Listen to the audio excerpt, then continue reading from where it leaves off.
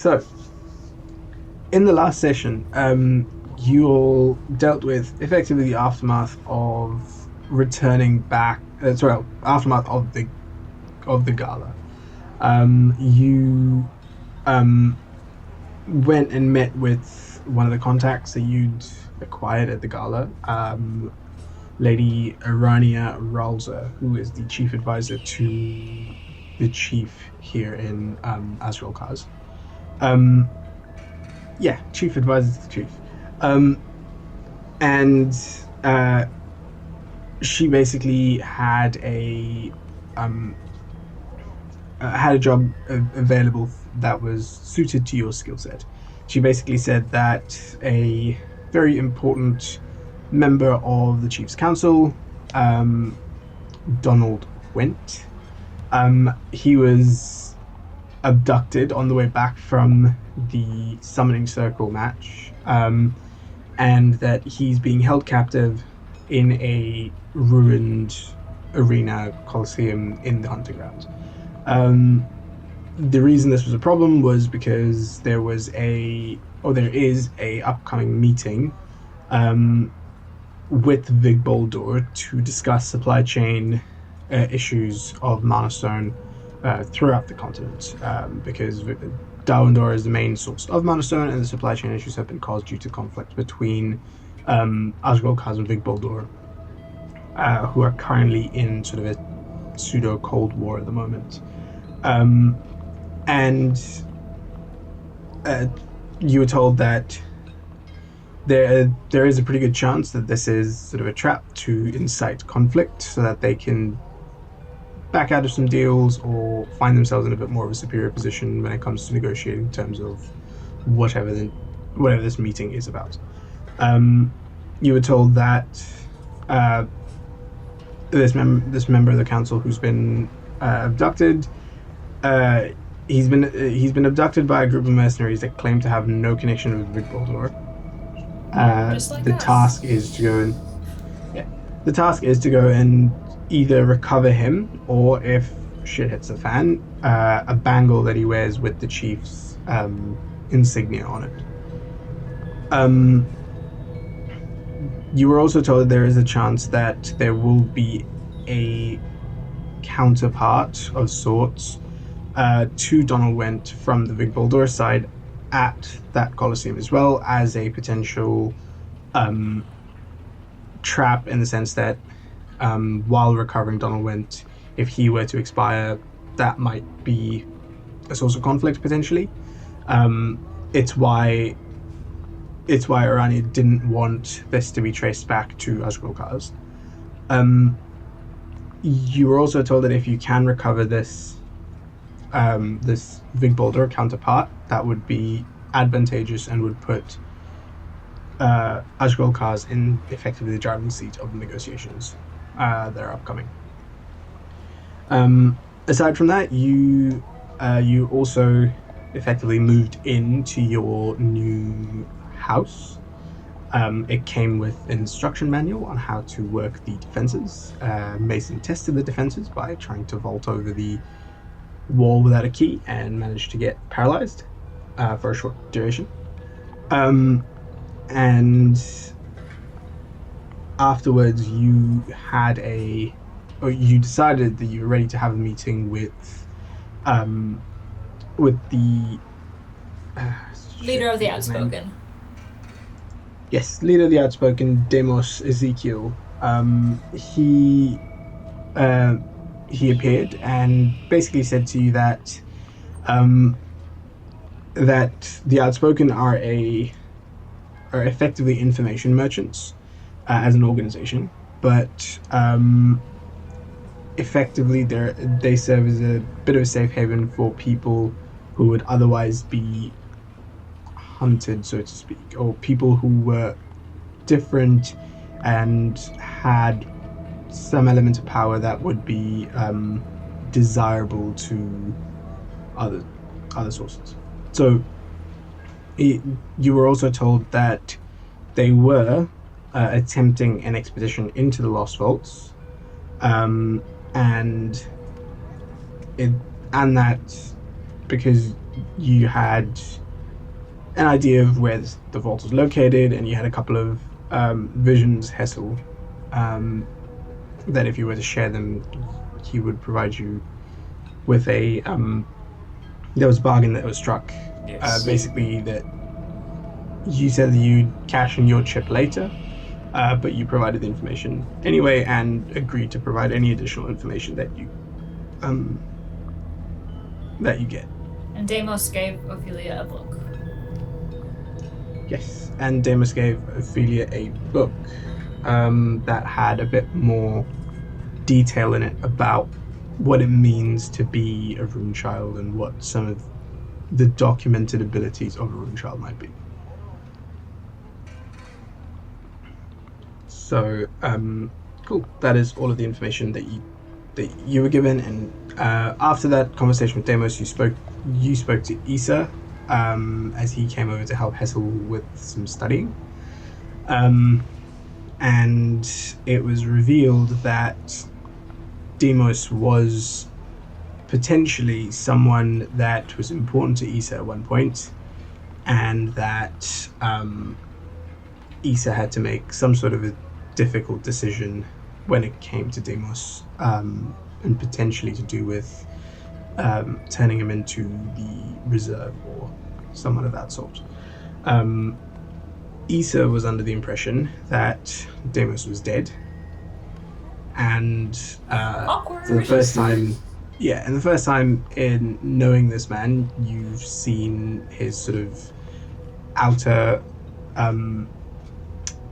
defenses crack to an extent, and that's sort of where we left the last session. So it is currently the morning. I'll say it's around about 10 a.m. Hetzel you finished your sort of studying for the night. You are exhausted, mentally and physically drained from the tattooing and the all-nighter that you've pulled. And the rest of you have the day to do with as you please. What is it that you would like to do? I think I would groggily try to track down Callian. Somewhere in the manor. Hey. Hey. Morning. He's checking Twitter. Yeah. Yeah, he's just listening to the birds that come to greet him in the morning. No, it's just all my spells are on an app now. It's really quite handy. Oh, fantastic. An apple? Yeah. To a new spell book? Yeah, exactly. Yeah. Just kind of keep them inscribed on the outside of it. Don't let it go. Yeah, just get the regular. Yeah. You have to take a bite out of it in order to attune to your own spell. Yes, to gain the knowledge. You also realize that you've just been naked the entire time as well. Yeah. Okay. Yeah, all right. That was such a pull. It was. That was such a jump. Yep. No one got that. Okay. So, while I was studying this morning, I had a thought about your hunt. I know I mentioned that I might be able to try and track down that medallion of yours. Obviously, it being close is a problem. I can find objects near or far, but it would just ping that one. Wherever you are. Yes, morning, Mason. Convenient, yes. I think we can get around that, possibly. We've got 2 bags of holding. If we were to sequester it in one of them, then theoretically I shouldn't be able to detect it. And if there is another medallion like it being worn by whoever it is that you seek, we might have a good chance to find them. There is a limit to how far it can stretch. 1,000 feet, give or take, a foot. Still, it's could be quite useful, yeah. Yes, I know you've searched most of the city. Yeah, not so much up here in the upper city, but reasonably sure it's not in the lower city. Right. May have missed it. Well, if it is something that you desire to find, I can assist you with that. It should only take a fraction of my power. It won't hold me back for the rest of the day. Would be welcome, yeah. Very well. I'll let you continue on with your tweeting. Yes. Good morning conversation. Yes, come find me when you're ready to have a bit of a walkabout. I will be in meditation, I suppose. In other words, I'll be sleeping for a moment or two. Do you look exhausted? I can manage. I've been in a worse state before. And Hissel will just make his way to the guest room and lay himself down for a moment or two until I hear any loud noises. Cool. Mason, Ophelia, Callian, what are you guys doing? What do I want to do for the day? Well, as I see it, we've got two choices, well, two things that are, In front of us. yeah, I was gonna say time-ish sensitive, but, there is going to find Mr. Went, and there is your quest. I do have plans to talk to Deimos some more eventually, but I think the rescue / assassination mission might take priority because it has a time limit. I don't know if your quest has a time limit or not. Not the one in town, but yeah, if Went's in danger, then we probably shouldn't linger too long on. I think one of Getting the things we should do before acting too much is find out a bit more information, if we can, about the location of your next trial. Yeah. If it's convenient, it might be worth doing while we're still in town. But if we can't find anything in the day or so, That's We true. were If maybe it's worth- planning to come back if we need to go and get our money or extra money, depending on how it goes. We would Yes. be coming back here. if it's similar to the last one, then it'll be the in person the should be in town, and there's somewhere we'll have to go to, either elsewhere in town or outside of town. It could be on the way. It could. It could It'd be be nice if it was the same place. a hidden place where you don't want people to find it, which has a bunch of information. Seems like you're putting it in the wilds wouldn't be a bad place to hide it. Yeah. Hissel had a idea for potentially how to find the place, so maybe we could have a look around first thing in the morning and then look at early afternoon. How long was it? How long was the time limit on until the trade talks? Council. 6 weeks. 6 weeks. Okay, so we've got quite a bit. We've got a bit of time. It's just a lot of time to potentially. No, it's 6 torture weeks to the someone. trade talks. It is. It's, yeah, 6 weeks till the event. It's 6 weeks to the trade talks, but you have about a week before the job will be open to other That's groups. right. Yeah. The thing that I'm worried about is with your quest is that it will be somewhere further away for us to go for this trial, and Yeah. we do have more of a time limit on the Mr. Went situation. No, I wouldn't want to Put his life in to jeopardy. put his life in danger for. Unless we're the ones needing to put his life in danger. Also, like to avoid that. Yes. As a last resort. I think if we spend the morning looking for any sign that we can of your people, I should say. Yeah. And if we can't find too much, then we start getting our preparations made. It's a day's travel out there. If we leave around midday, it gives us relative safety, sleeping the night and then arriving in As the long as we morning to don't scope it out. Eaten by dinosaurs. Yeah. Yeah, that's. I think that's not a bad plan. Yeah. I think Hettel's a bit under the weather this morning as well, so sleeping a bit further away from that potential danger might do him some good. Yeah. It's not like we haven't slept out in the wilds before. No. Right. Okay. Do you want me to go wake Hessel up? He's only just gone down for sleep, I think. So. You said it was around 10 o'clock? Around 10 in the morning. Okay. So how long do you reckon it would take to walk from where we are on the apex up to the top of the apex and back? About 30 minutes each way. 30 minutes each way. Okay. That makes it a lot harder. We could always catch a carriage. Yeah, you could catch a carriage and that would basically halve the time. I know that previous discussions with Hessel, his spell lasts for about 10 minutes of looking. So, Yeah. would require a few casts of it. I mean, if we're planning to sleep out away from the site before we get there, then Should be fine. should be fine, I imagine. Probably have to check. Yes. Right. Is there much that we would need to get ourselves prior to leaving? I think we have things like rations and all that already. Do you have any spell components that you need to gather? I don't use spell components. Okay.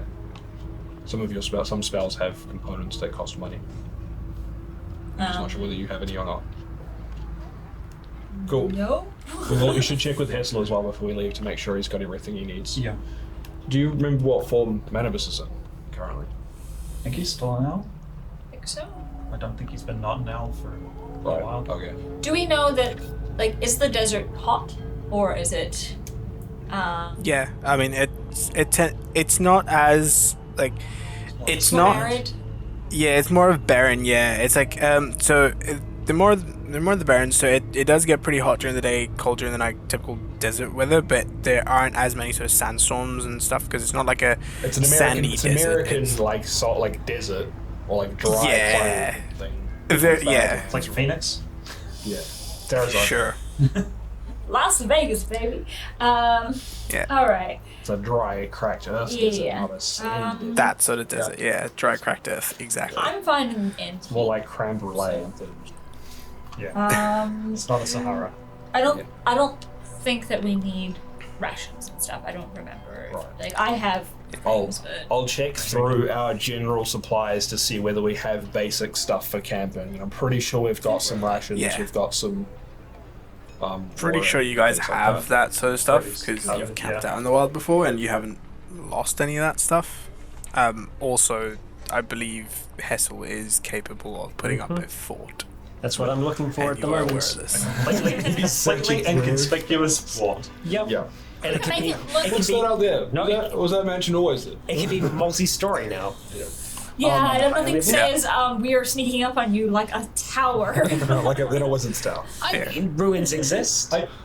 I just had that mental image of like a bandit camp just doing their nightly watch, scanning the horizon, and then just seeing like a cleric's temple of the gods suddenly sitting out on the horizon. They're just like, I like the idea that it's the same people doing it, and then there's a tower, and they're like, was that a tower there before? I don't remember it. Oh, well, we must have just missed it. And they scan away and scan back, and it's like gone. a mile closer. It's sneaking up on them. Yes. I'd imagine if it was like, something like, like a giant tower or the temple of the gods, you'd be like, that's so big, it must have been there before. No way it snuck up on us.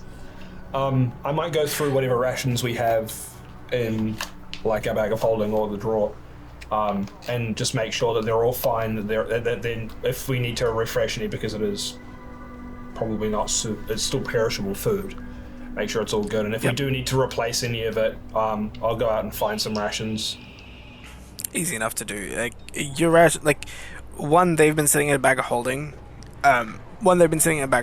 Which doesn't have an atmosphere, realistically, so would extend the life of your There isn't much micro travel rations. biome Yeah. activity. It's just double checking it all anyway, making sure if we are going to be out on the road for a few Just days, got I a don't root want to. cellar in a bag. I don't want to be eating rotten food. Why am I carrying a month's worth of rations? Because you're Callian.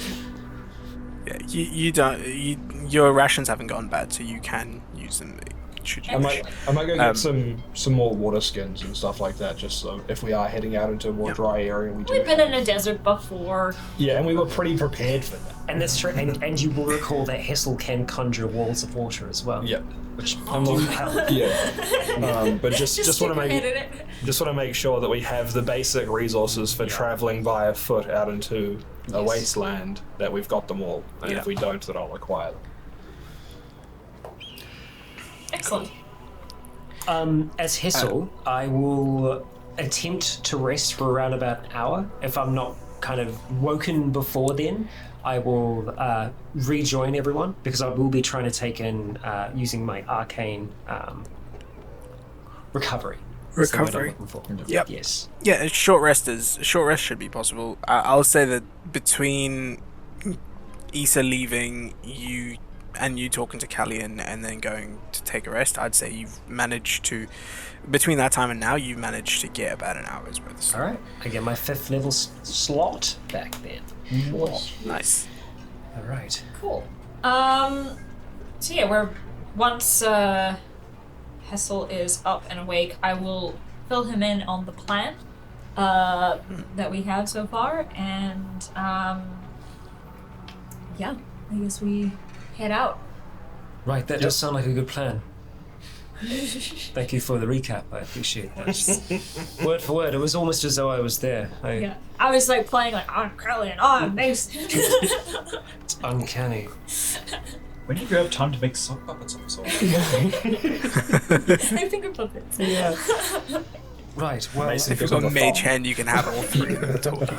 you see Hessel adjusting the bone crown on his head before taking the massive wizard's hat and kind of fixing it into place. The bone crown adjusts itself. Yeah, it grips Yeah. on. That's why it never falls off. Yes. There's a handle inside the wizard's hat that it grips onto. Yeah. It just the knuckle sort of break backwards and grip onto the hat. I mean, so he's now just you've lost got a his- hat affixed to your head. Yeah, he lost his hat once when we were crossing the on the goats. So never It's got again. like a little, basically like That a was helmet. that was definitely not hat weather. Yeah, no, never again, never again. Cool. Right. Once we head out of the place, who has the key? We've all got keys. We all Everyone's have the got key. a We key. are the key. The Also, are there not caravans? Are there carriages just passing by as normal, can you grab an or Uber? Yeah. I yeah. will try and They- flag one Keys on down. here. Yeah. One of the things that you notice as you're leaving and you go, ooh, where are my keys? They appear in your pocket. While you're inside your house, you can will your key to appear in your pocket. God, I wish that was a thing. Yeah, I would immediately be like, throw away. Yep. If I tie Cool, something yeah. around the end of my key and then throw my key away and will it back, does the thing come with it? No, just the key. Yeah. Stop fucking with reality. Wrong game. This is a Open the door. minor This is a quality sign. of life. Yeah, minor quality of life thing, not Yes. something that can be Is the broken key in. restrained? Is it in the back? All right. I try to flag down a carriage, if possible. Yeah, easy enough. As you, because of where your keep is located, you step out and sort of walk about a minute down the road, and you hit the sort of central, the central main road going up the apex, and there are carriages going both ways at all times. So very easy to hail down a carriage here. And if you're going all the way, Yeah, I'll give the. Do we want to do like a up or just straight up? Straight up, I think. Once we're up there, I will ask you to put your medallion away. I thought you were gonna do it now. Then once we go up, I can do it now. may as well. I have the energy to do so. Right, can I have a close look at that? Right. It's About a 15-minute trip up to the top via carriage. Sure. Just kind of like look at it and turn it around a little bit, and then. Which bag of holding? Does it matter? That's what be yours, while you Right. probably more trustworthy in yours than dropping it in drawers. I have a bag of holding. Oh, yeah. Rude. Yes. Mine That's is- right, I'm the only one without a bag of holding. I don't have a bag of holding. He has a drawer of holding. Exactly. And plus, mine's just full of a sentient heap of bones, so I have should be I have fine. a drawer of throne room. Yeah. And I will drop the medallion in there. I will You're just instruct carrying the menu from Fable 3. the driver You are carrying the menu from Fable 3. to hit up the road. How long does it take to cast a spell? It's near instantaneous. You can concentrate for around about 10 minutes at a time. And so I will.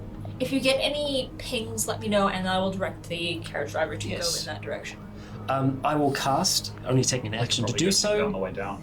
Locate object. I'm focusing on the medallion that I had just seen. I'm looking for a medallion of the Children of Soul. Cool. You cast a spell, and it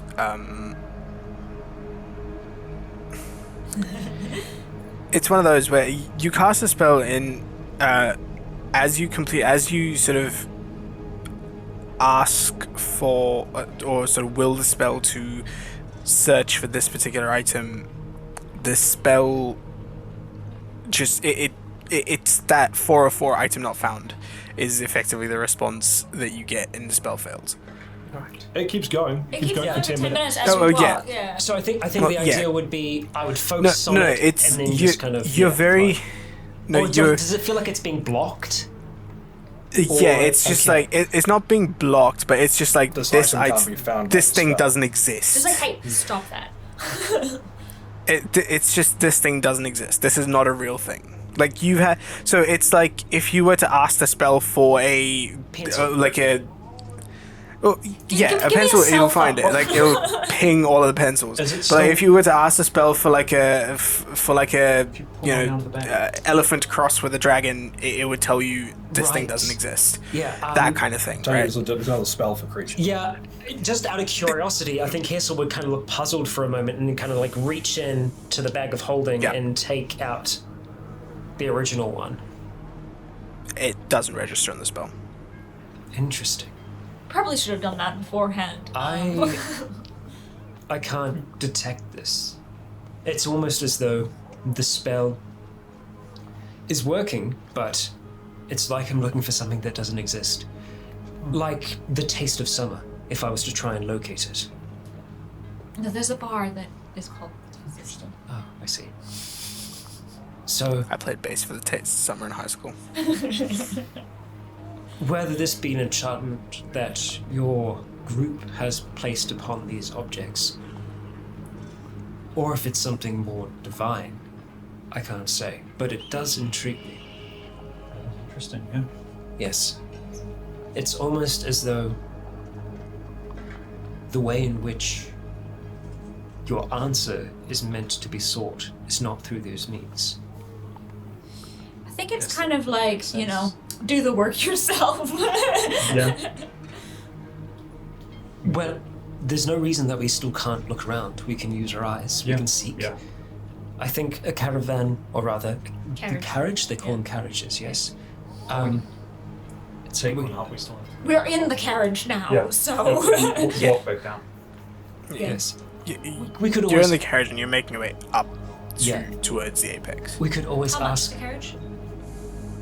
To go all the way from where you guys are, close to the sort of, close to the bottom of the apex, all the way up to the top. It's a gold piece. Right. Okay, then. Perhaps you could ask the driver to take a more circuitous route around, just so that we have a chance to see the city. Yeah, I'll let them know that we're Can we take this scene? sightseeing. Yes. Yeah. And he basically lets you know that for 5 gold pieces, he can take you to all of the sort of main points of interest. Okay. How long's that trip In going the- to take? About an hour and a half. Let's do it. It's fine. Yeah. We can do it. Mason's sitting down for an hour and a half. He's just like sitting in the carriage. You can run along behind the carriage if you wish. Race the Horses horses. are so boring. We literally, otherwise we'll just be walking. It's the same sort of deal. Actually, doing the carriage, you probably know quite a few people in the area. You happen to know someone named this name? I've temporarily forgotten again. Do you know this man? Oh yeah, I'll take you to his house. Yeah. Hissel will attempt to try and help with looking out the windows, but he's still pretty. Rockram Gaff, yeah. Sorry, that name doesn't ring a bell. But there is a Information kiosk? there's a building that does house the information of residents of the Apex. It's primarily used as a way to send mail or packages, etc. to these people. I'm pretty sure you need a business license to get access to this data, but I am sure that if for the right price, someone will be able to tell you what. Do you need an upper city, an Apex business license? You do. You do need to have a Apex business license in order to. Would make sense, yeah. Just as we're driving, I'll keep an eye out for one of the windows and Yeah. Yeah. What are you looking for specifically? the symbol, right? The Yeah. Okay. Yeah. yeah. So you don't. Are you doing a perception check or an investigation? What are you doing? Yeah. Whichever, I guess. It would be perception in this case, Perception, just it's not because great, it's a 14. you're keeping an eye out. Investigation sort of more involved and Yes. actually requires. We're wanting to just go straight to the top and then make our way down by ourselves and do things? Yeah, I mean he's doing like a roundabout Well, that's what I'm thing. doing. Like Are we an wanting hour. to pay for He's the doing hour? like an hour and a half, like those hop on, hop off buses. Yeah. He's basically doing one of those. Like Although that's they're- probably not a bad like, idea. you, to get an idea. It'll be faster than you us can walking. hear his. You can hear his voice giving you like a whole bunch of information about And now if the you look to Apex. your Like this left. building was. If I yeah. was to like jog, like run from here, like straight up to the top, or to where we met with Irania, would it be Yeah. shorter than an hour and a half? Yes. Yeah, if you were like, because you can walk up to like at normal walking pace, you can get up there in about 30 minutes. I'm gonna hop off and go for a jog. Are you gonna let? yeah. Um, Are you dashing and running up I there, mean, or like, I'm just? gonna move faster. I mean, I don't want to sprint. I don't want to show up there all sweaty and yuck. But like, You're gonna walk, but your Yeah. walking pace is faster than I'm gonna jog. I'm just gonna jog up the hill. Mason's one yeah, of those A soft really jog. obnoxious joggers that are like they're always like jogging in place when they stop at like the crosswalks and No, stuff. no, he just rests. power walking. I'll go. If we are willing to take on the job for Irania, I'm happy to let her know. I think I might be able to talk to her and see if there's a way for us to get access to those business records. As a quick note, you were told that if you wanted to accept it, all you had to do is use the coin and Yes, shoot but I wish to have a fight conversation those. with her about other things other than just accepting the job. Cool. I might be able to talk to her and get access to those business records, or a fast track for getting a business license of some kind if the tour doesn't work. Sure. Shall we meet you at this post office then? I'm Sure. assuming that's perhaps the. The mail house. Yes. I will meet you at the mail house. Okay. Make sure we end up at the right one. Yep. I'll There's another There's another mail mail house. There's another mail house, but it's a very different vibe. Yes. And your female house and the non-binary Yeah, house. you get there and it's just this at the Amazon logo, like ye olde the logo. I'm gonna do that. I'm gonna run up to the. I'm just gonna hop off and like jog my way up to the top of the Apex or to wherever we Irania's residence Yep. was. Yep, it's pretty close to the top, so you head up that way, and you make it there in about, I would say, instead of taking you the full 30 minutes, because you're not fully dashing to half that, 20-25 minutes, you make it up there, no problem. As you get to the gate, the guard there's a set of guards there that stop you and ask effectively, sorry, what is your business? If Irania is free, I'd like to have a conversation with her. And what is your acquaintance with her? What shall I say it's about? Tell her it's regarding the job she enlisted the Beholden for. Right. And he leaves, and it comes back in about 5 minutes time, and the gate opens, and you're led through. You get to the front door, and that same sort of butler that you saw earlier, he leads you through the house, and back up into that office that you were before. As the door opens and you step in, she's already there, and you can see as you're going up there. You see this. On your way up to that office, you see coming back along with a different member of staff is this small sort of goblin man. He's got a monocle, very wrinkly, looks quite old for a goblin. Balding on top with wisps of sort of greyish white hair around the sides. Wearing sort of noble's clothing. As I walk past, I'll give him a look and a nod. Yeah, and he sort of like nods back, but sort of he seems to be walking quickly and doesn't look very happy in general. Always been brisked out. Yeah. So he is leaving, and seemingly his meeting did not go well. But yeah, you enter the chamber, and you see Irania sitting there, and as you enter, she sort of she regards you and she just gives you a bit of a nod. She says, you didn't need to come all the way out here. You could just use the coin." No, we were making a trip around the upper side of the city, and I thought I'd pop in. There's a Of course. we are willing to take on the job. We will be likely to be looking to head out in the next day or two to start making our way out Brilliant. there. Probably making preparations for our journey later on this afternoon. Brilliant. That's good to know. Yeah, we are, however, looking for an individual in the city.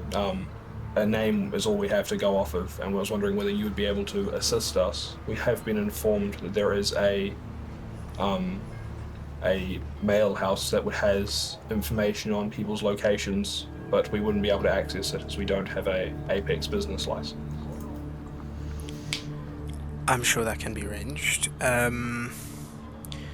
you going to need to use this service consistently, or is it just as a one-off? Because I can provide you with a one-off, a license to use it as a one-off. At the moment, we only intend to find this individual once. I imagine you know many people in the city. I am aware of quite a few people in the city, but does the name Rockram Gaff ring any bells? She thinks for a second, and where did my dice go? So I'll just roll here. It was a 20, honest.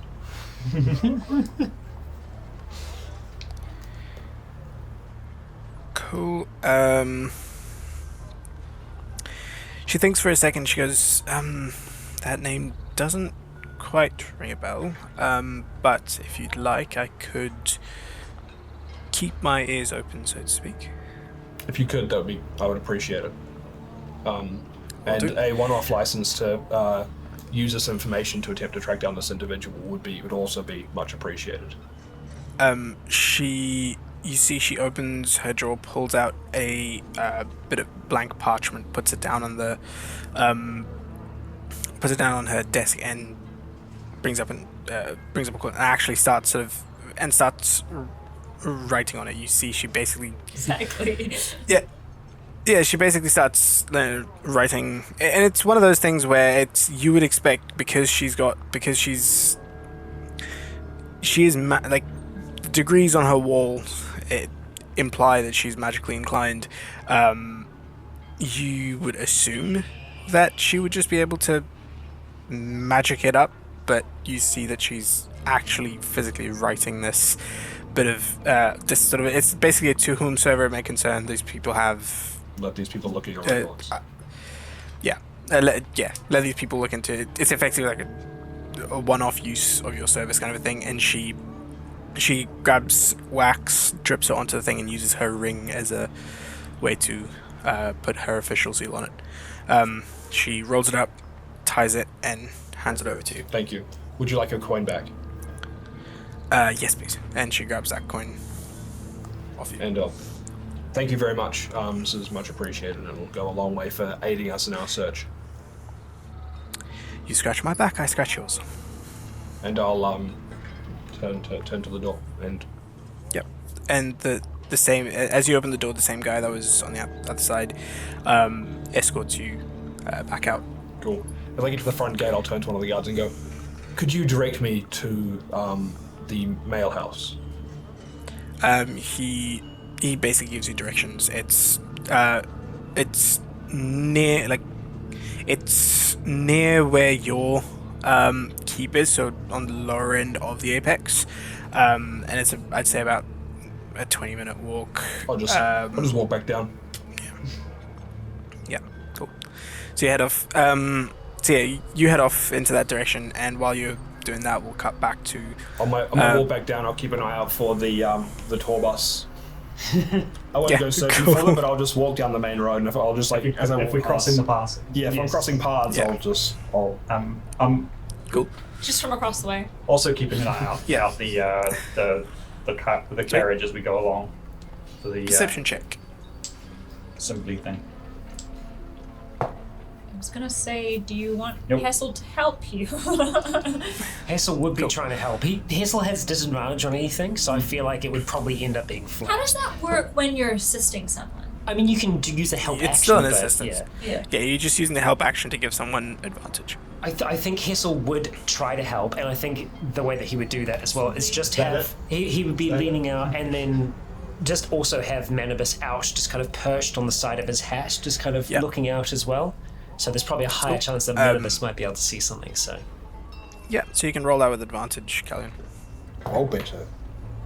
I did roll better by 1. oh my Nice. god! Love it. There's a 15. Brilliant. 16. You rolled a 6! It's pretty good. It's pretty good. All right. So you don't throughout this tour you don't come across the symbol that you're looking for. Is there anything of note that we learn on the tour about important locations or businesses or that sort of thing in the area? Yeah, so majority of it's just sort of your standard. Oh, this used to be, or this is one of the oldest buildings in the Apex, and aside from the chief's tent. Yeah, so this is one of the oldest buildings in the Apex. So aside from the chief's thing, it was built, right after the chief sort of set down his thing. He gives you a bit of a history of Ashgrol Cars in the sense that it used to be just the mountain. The mountain was called Ashgrol Cars, and it used to be effectively the nest of.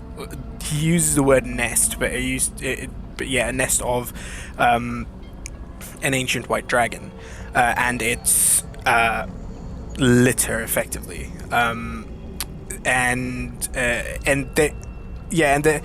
there used to be a bit of a, and this and effectively the entire northern part of this continent had a bit of a dragon problem, and this was way back. And at some point in that history, the orcs that were effectively repressed by these dragons decided to rebel, and it killed a bunch of them. There was he talks of a war that was sort of waged against the dragons, and eventually one of the old orc chiefs managed to bring the war to an end by instead of killing the sort of big ancient dragon that was effectively the brood mother, instead of killing it, managed to tame it somehow, or entered into some sort of an agreement with it, and that was the current chief's great grandfather. I'll stop killing your children if you stop killing mine. Peace. Okay. Effectively. Okay. Sit. And from Buddies. and effectively from there on, the sort of alliance between the orcs and the dragons led to Asgulkar sort of becoming the main part of the northern part of this continent, with the orcs being the main power. At a certain point in the tour, he talks about a building which used to be a key sort of military strategy kind of a outpost here in Asgulkar, which was set up when the dwarves showed up. Effectively, apparently, out of nowhere, the dwarves started showing up from underground and started coming up onto the surface, and it apparently started as kidnappings and this, that, and the other, but within the entire sort of orcish empire, which he keeps referring to the entire northern section of the continent as the Kaz, and it was basically that these dwarves came out of nowhere. It started as sort of one-off small petty crimes, which sort of evolved into this much larger force, which they couldn't see coming because they were coming from under the earth. And then just stuck up a cape and went, "We live here. This is ours now."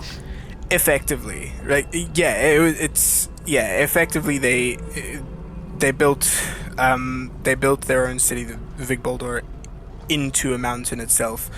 Dwarves are British. And then so when that happened, there was basically an all-out war where the orcs they believed that they had the advantage because they had the dragons on their side. However, apparently the dwarves that had their own kind of alliance with creatures of the deep, and it sort of it caused heavy casualties on both sides, and eventually went nuclear to an extent where Shit, they're that far ahead and advanced? Sorry. So went nuclear in the sense that the creatures that were being used on either side, treaty sort of. Yeah, it was, the loss of life was too much, and it was just one of those things where they came to an agreement that they're not going to that they're just going to stay out of each other's way. Like the dragons and the orcs. Well, Effectively. The difference is that they're now, and this war, the war between the orcs and the dwarves is sort of still continuing in a kind of a stalemate. Nobody does anything, Cold War kind of a thing now, whereas before it was all out, all out war. There were dragons raining hellfire or ice down on the orcs, and orcish assaults coming from underground on. You mean dwarvish? Dwarvish assaults coming from underground onto the orcish cities and that sort of stuff, which has now ceased. And this guy sort of points out a bunch of different areas which look sort of to be slightly newer areas of the Apex, and he says these parts of the Apex were sort of built after all of this ceased, because there are still tunnels within the mountain, which is Asgulkar, which were created by the dwarves. And he keeps spouting things like, the dwarves are still here, man. There's there are tunnels all the way from here to Big Boulder, and there's what they're race all is among the, us. Is the the caravan driver? He's half orc. Okay. So Yeah. that does also kind of make the making sure the treaty thing continues peacefully. Let's try and More keep that weight. going. Because, yeah. Right. Yeah. So We're obviously getting a very specific opinion on events, but Ophelia This is fact, man. Ophelia will take some notes down just to We'll kind get of... there, and the dwarves will be. We bought the land from them fair and square, and then suddenly they changed their mind. They're the ones that came out of the tunnel. They just started raining down from the skies. We don't know what happened. Dwarves on the moon, man. Dwarves on the moon. dwarves on. Anyway, It's the war. Yeah, it's like it doesn't take an insight check to tell that this guy's. He does believe what he's saying. He wholeheartedly believes what he's saying. And there are elements of it where he's sort of just like the parts of it where he'll point to a building and you can tell he's making shit up about it. So you can tell this guy's not really a historian. He's just like, oh, tourists, they don't know shit. Yeah. I think it's still good to kind of get the lay of the land. Yeah. Yes. Yeah. But eventually once we get towards the Points of interest that I will point out. He does point out the mail office, or the where you can go to get the information, send off your parcels, and he points out a couple of good sort of. He points out a few restaurants and he says, well, these make specific cuisine out of. They import their food from all these different parts, and they make really good food. He points out a good few shops, and he also points out a few taverns that are well renowned for a really good time. Like he talks about at the edges of the apex, or the fringe, either fringes of the apex, as being sort of where you'd go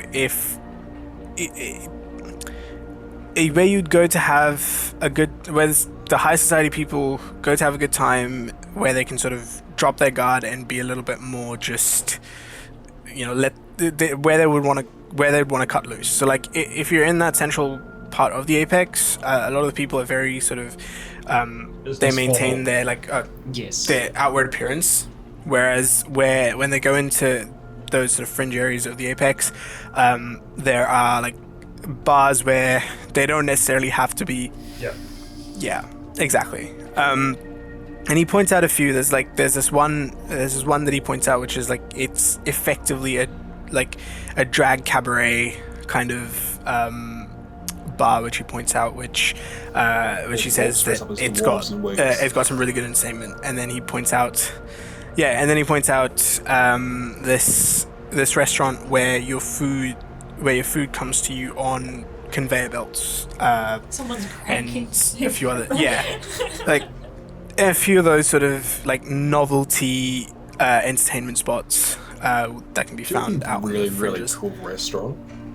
You know when the Japanese cuisine when they cook in front of you on the big grill? Teppanyaki type thing. Yeah. That, Yeah. but really what it is, Hibachi. it's that, but it's people casting prestidigitation to make it taste different for people as they cooked stuff. Was part of a casting thing. That's Make it change while it's in your mouth. Yeah. Yeah. Actually, that'd be cool to, how they like fling food for you to catch in your mouth. Yeah. To just repeatedly cast prestidigitation for like a every flavored beans thing, where it's like, which flavor are you going to get when it lands? Yep. Yeah. That is a really cool idea. We'll say one of those exists. We'll say not one of those stolen. exists in here. So I guess since he's pointed out the mail depot, once we've finished this lap, we'll head back there since we said we'd meet Mixon there. Can I just say, my HP, Ophelia's HP is 48. I just checked what, the total average HP, fixed HP and everything is like 52, 56. Total possible HP, 72. And it's just like, they're all so shit, man. Like, this is bullshit. It's been a hard few months. Casters. Yeah. and some stam armor. Yeah. Have characters that are Is there a way PvP bit in lower. there? Hissel jolts to awakeness as the carriage comes to a stop. You're just sleeping with your like face. Yeah, just not even realizing that he's been out the entire time, nearly. Yeah. Hat squished up against his face. Manibus just peering Mason- out the gaps. Mason's probably been waiting there for a while at this stage. Yeah. Mason went home, got a drink and a snack, and then came back to them. Yeah. And still had to wait for 15 Basically. minutes. Oh, we're here Basically. already. Yes. Right. The cab driver, like, sort of before he leaves, he hands you effectively a bit of parchment that has his name and where he can be found. So if you wanted to send for him, you could. If you wanted to enlist his services again. Thank you. I will put that away. I'll tip him 2 gold. Cool. You can pay the 5. If you hadn't already deducted that, yeah, I'll add that as well. Sweet. He grabs it all. He goes, "Thank you kindly," and off he goes. I see you found the mail house. Yep. It was here. Right. Yes. So we didn't see anything on the way through, but we learned a bit more about the city and how on edge the Political balance between situations. Right. orcs and dwarves is. So. Be good to keep it where it is Yeah. for now. There are also 20 roast places within a short Oh. distance of each other. I think it's just sort of the standard is just roast dinosaur, but yeah, just there's quite a few. I suppose there's a lot of it. Right. Cool. Should we go inside? Yes. Yes. Well, actually, Sorry, another point of interest that I forgot to mention is there is a hunting guild up here in the Apex as well. You know of a hunting guild down on, like, in the lanes. The difference is that so those guys are effectively just hunting anything and everything for the sake of bringing meat, butcheries and that sort of stuff. Hunting guild up here is specific. They're looking like it's one of those where they would have contracts out for specific creatures and specific items on those creatures, and they would pay an X amount for those and it's members only. Like if anyone off the street came in with like with something that they wanted, they would pay, but a much lower price than what they would pay for 2 members that are going out and hunting these creatures on behalf of the guild. Right. Good to know. We do need some extra work. Let's do that. And hopefully no snails. Right. Go into the post office and into a front desk to talk to a clerk, not a character clerk. Ah. You head inside, and so as you head in, it's a pretty small building, from the looks of things. And as you enter, there's a desk in the middle, and there's a human woman behind it, like dreads tied up into a ponytail, sort of dark sort of brownish skin, sort of freckles along her face, pretty lithe and sort of well built. She's behind the desk, looking at seemingly looking at some sort of work, and she's the only person in here. There's not really a waiting area per se, and you can see that there are sort of bits in the ground that would constitute a queue, like where Is you there would like queue up the zigzag like rope that you've got to go between? There's just no one in here. Yeah, basically, there's nobody in here at the moment. So as you enter and get up to the front, she notices you come in, and she sort of looks up from her work and goes, sorry, I apologize. How can I help? We are looking for the address of an individual that we believe lives in this city. I know that that's not something that can be acquired by someone without a business license, but I have this note from Irania. From my mother. Oh, right. She opens it and reads it, and you see, as she's reading it, her eyes flash really quickly, and you see a sort of sheen over the over the seal, and she's effectively verifying it, and she goes, right, that checks out. Who are you looking for? What's their name? The name is Rockram Gaff. Right. Let me have a quick look. You see, she sort of. Hey, Sorry. sorry, never mind. Yeah, Just spelling spelling that. Yeah. Right. Yeah. Yeah. You see. You see, she opens up seemingly a cupboard or a drawer that's behind the desk, reaches in and pulls out this rather large tome, which she sort of slaps onto the table and flips it open. And you see she sort of flips through a few of those pages, and you see her as her eyes sort of read through it. There is a sort of very light glow behind her eyes. You can tell she's magically enhancing how quickly she can read, and sort of keeps flicking through these pages, and eventually she goes through in the section. She goes, I'm sorry, I don't think there's anyone by that name in the city. Are you sure it's Gaff and not Geth? Or Goth? We've got a we've got a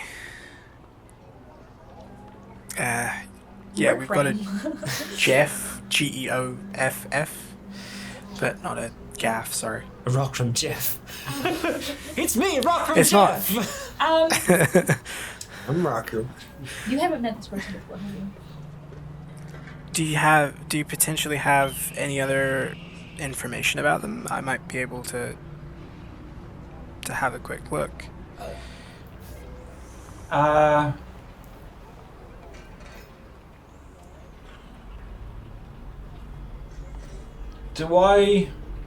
just trying to think. I want to try and see if I can see, just on the off chance that this person might be wearing that symbol in a position like this. There's a chance that maybe they are. Make a perception check. Stop staring at her boobs. I swear, it's probably a tattoo there. It's better. It's better. It's a 21. It's a good roll. As you're looking through, you do notice that, so it's not a tattoo, it's the sort of negative space between her tattoos. Very small sort of negative space between her tattoos on her sort of collarbone area. You notice that the negative space itself would make that symbol. It's the anti-Illuminati. It's like Rock and Grav, never heard of him. Yes. What's your name? Give me a quick second. I will give you. Hold the on, name. let me just look that up.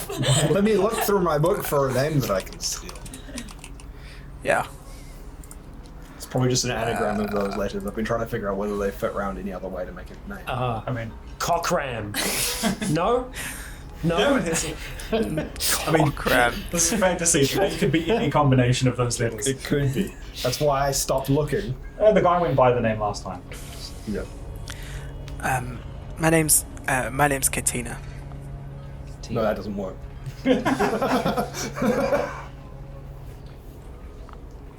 You actually may be able to help me.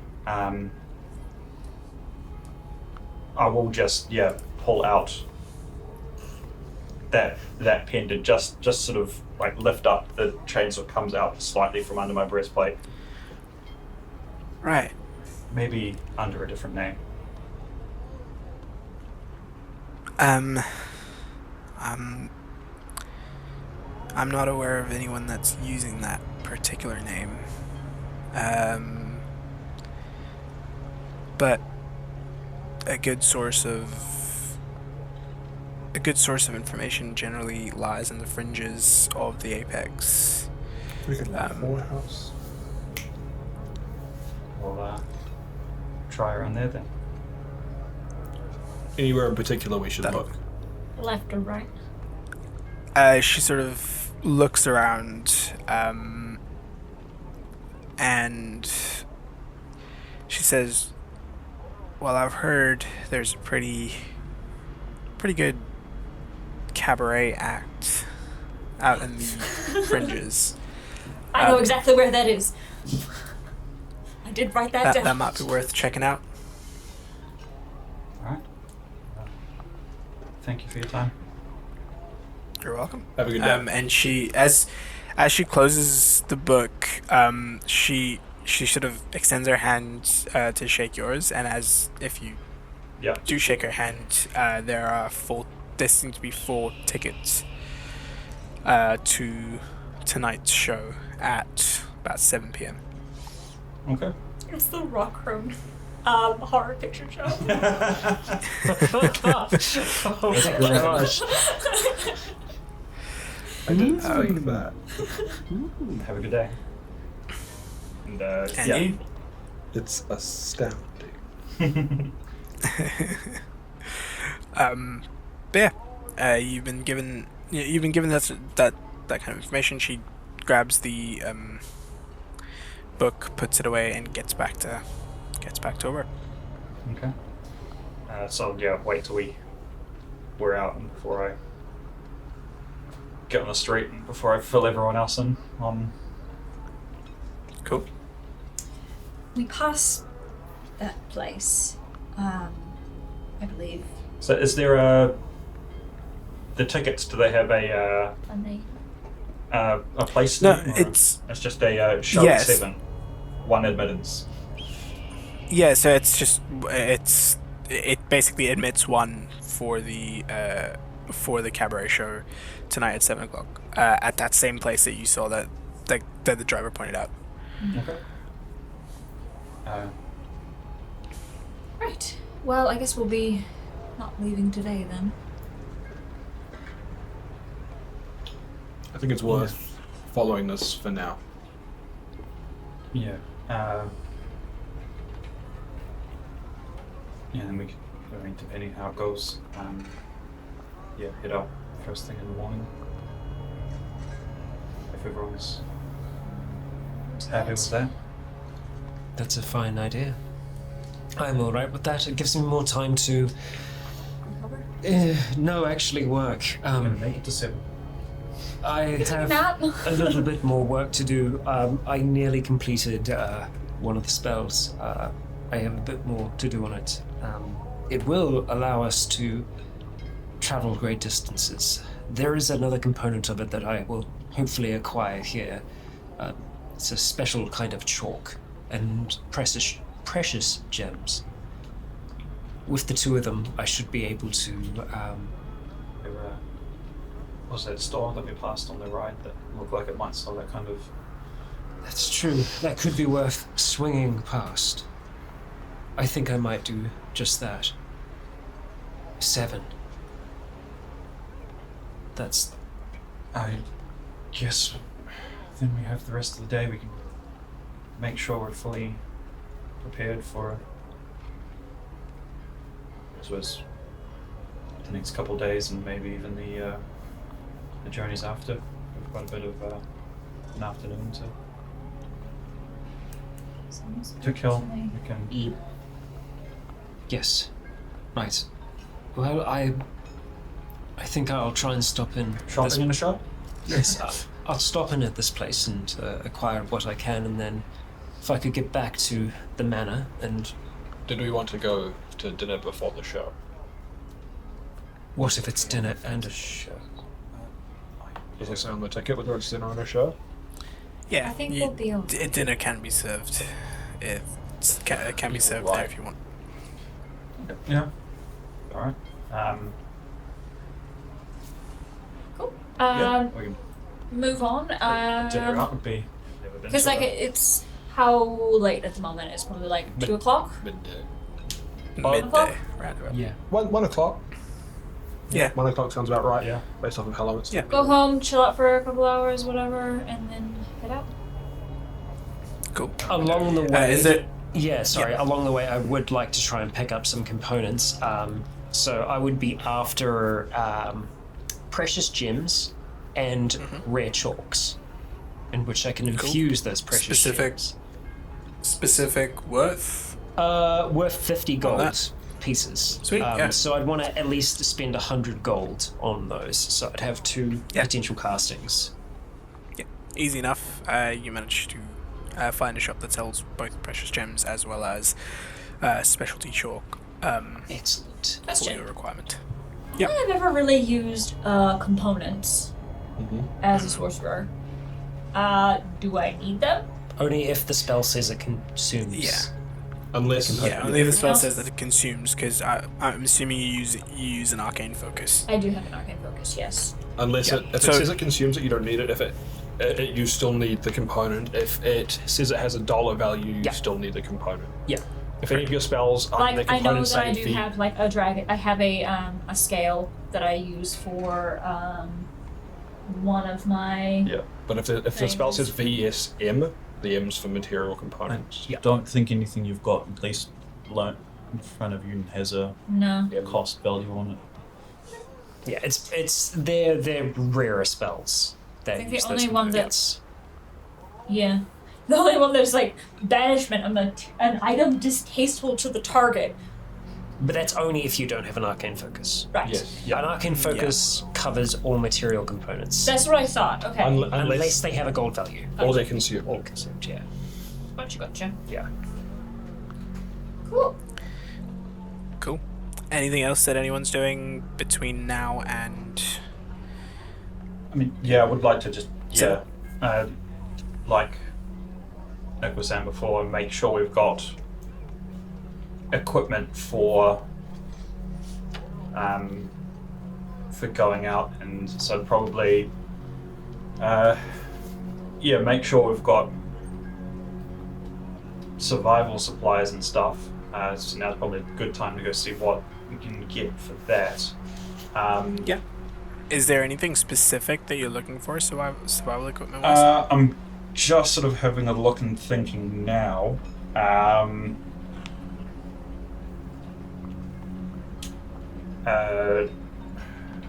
know off my top of my head, probably just to be safe, some tents might not be a bad idea. Just We have tents. do we have tents? Yeah. Okay. We've camped out before. Yeah, we have. I don't know if we've actually set up. We have not used tents before. We've used. We've either stepped outside or used yeah. magic. But yeah, But I'm just thinking, I know that in the future, that we can't necessarily know what to expect yeah. if we go into the phase. So having non-magical survival stuff just as a backup is Tents, on my mind. bundles, like rope. I think most of us have tents. Yeah. So I've got some stuff, but yeah, I've got some stuff, but I haven't got. I've got me surviving outside stuff, not group surviving outside stuff. Yes. So. Yeah. And you're the surviving outside stuff person, so Yeah. you're the better one to do it. Cool. Give me a minute. And then also, like, while Hessel's going out to get his magical stuff, going with him just in case there's anything along the way that looks like it could be handy in that situation. Probably to pick up bonus arrows and stuff and all that sort of mundane stuff. I have no idea what kind of magically assisted things are out there needed. I'm just doing some stuff around the house. You can get a 2-person tent for 2 gold. What else are you looking for? I will have to have a look. I'll double. Yeah. If it's all basic camping and survival supplies, we could probably find most of it and just deal with the list and the Yeah, cost. double check our Sweet. list just Yep. so That's fine. So I'm not sort of just looking on camera. Yeah. I can always double check it. in between things if it's all good, but Cool. yeah, whether or not there's like the less hand wavy side would be if there's anything that seems potentially useful while Hessel's at his reagents and novelty stores that catches attention. Yeah, I mean, so while you're at so to get the reagents and novelties and that sort of stuff, you go into a store which is specifically for. This is a magical goods store. So let me tell you the name. No, it's not reagents and novelties.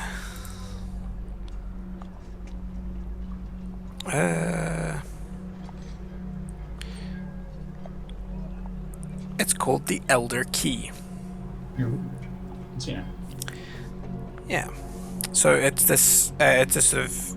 It's one-story shop. It's not like massive, but so as you enter in, it's got. You can see on one end of it. Oh, sorry, on one side of it, you can see these tall sort of glass cylinders of different colored liquid just lining one entire wall, seemingly different types of potions in there, and they all have labels and a cost. And it's pretty. You can find potions of most kinds here. There is also so there's that on one end. You can also see sort of along within the shelves itself. You can see different sort of components that would fill a component pouch. Wands and arcane foci, that sort of stuff, other reagents, etc. So you can find all of that sort of stuff here. Sorry, give me a quick second.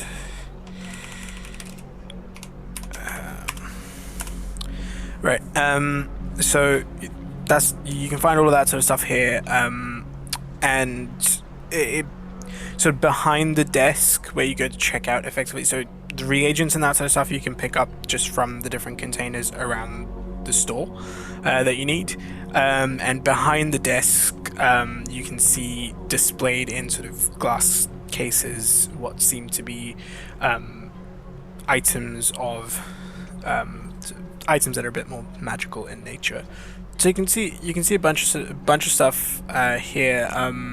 So up on the shelf, you can see what looks to be a short sword, very, very well made short sword, with this sort of golden, gold hilt and guard that seem to have a pommel in the shape of a dragon's head. The blade itself is it's you can just tell looking at it from here, you can tell it's been masterfully created, and it's got almost like one of those kintsugi type vibes to it, like as if it was shattered and then remade with gold inlay. That looks really, and that's sort of the centerpiece of what's available up at the top, and you can see a price tag on it that says 16,000 gold. Too much. Too goddamn. I think it's just like, Yeah. no one buys this. It's just for decoration. They don't actually expect someone to come in with 16,000 gold pieces of gold. Yeah. Were there any? Were there any health potions? I missed that. Yeah. So there is a whole wall of sort of glass, like tall glass cylinders, almost like it. I don't know if you've seen like the M&M store, like pictures of the M&M store in London. It's effectively like that. Sure. But with potions. It's a pick and pack potion. Yes. Yeah, it's a pick and mix of potions. Yeah. Just like the liquid comes out, and you have to put a bag underneath it. That's even better. It's like a microbrewery. They've got them on tap, and you bring your vial. Yeah. Yeah. It's that one barbarian that comes in with a 6-gallon drum and just sticks it under. Yeah. I'm gonna need all of those. Yeah. Sorry, you're saying?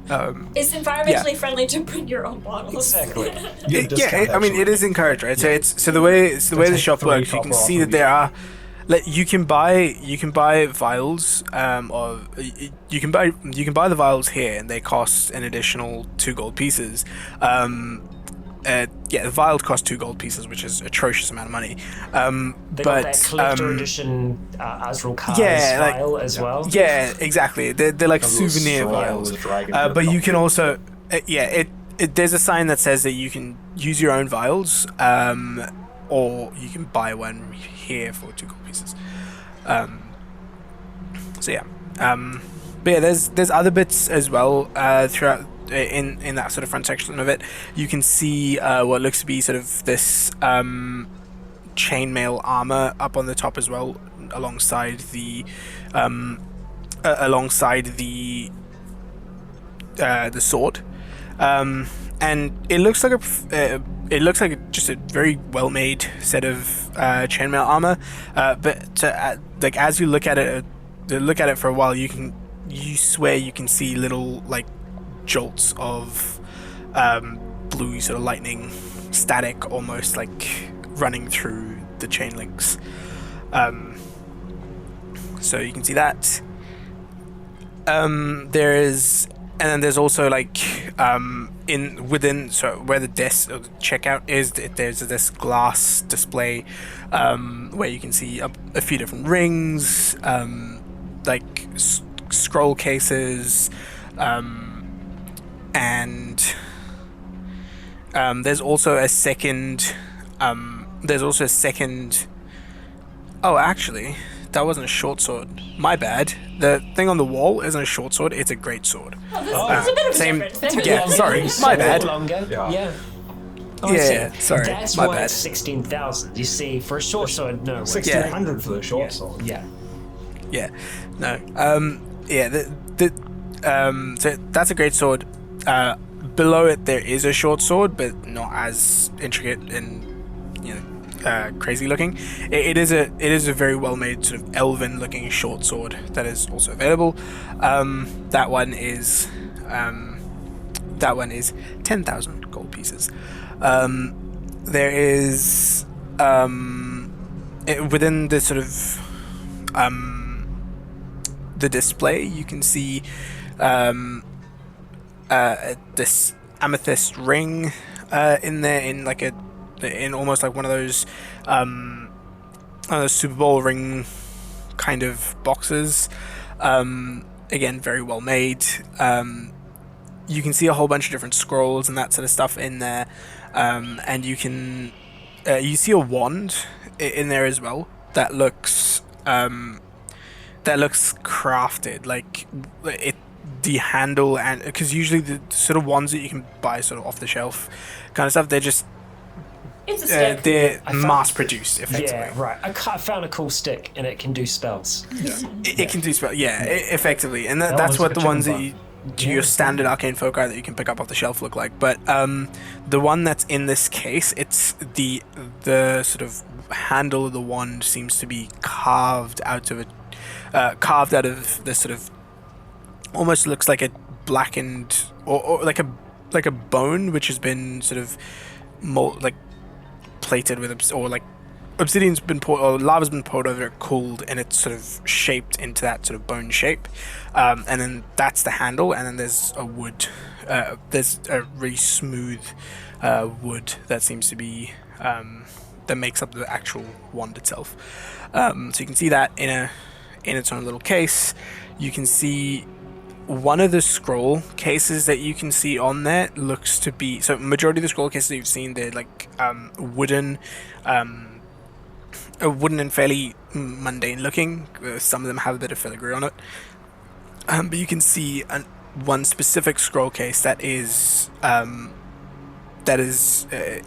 it's a shiny metal of some sort, and it is open, and you can see a scroll within it, and up the top of it, so the scroll is actually resting on one of those like plush cushion things that's inside the box. A very like ornate looking spell scroll in there as well. But yeah, that's sort of what you see at this stage. What's the what was the ring? There's this amethyst ring that's sitting in a very Super Bowl looking box. It's a golden ring with amethyst, and like a pretty chunky looking amethyst. It's a very Super Bowl ring looking thing, but yeah. Does it have like a description and a price or a... It has a price. It's got a price of 5,000 gold pieces on it. Yeah. But doesn't have... Yeah. Yeah, I think Hessel would just kind of push the reagents across, hand over the gold. Yeah. And what were the prices Yeah. on potions? Are they... Not just the healing On the what? potions? Healing potions. Yeah, and standard healing potion prices. Hold on.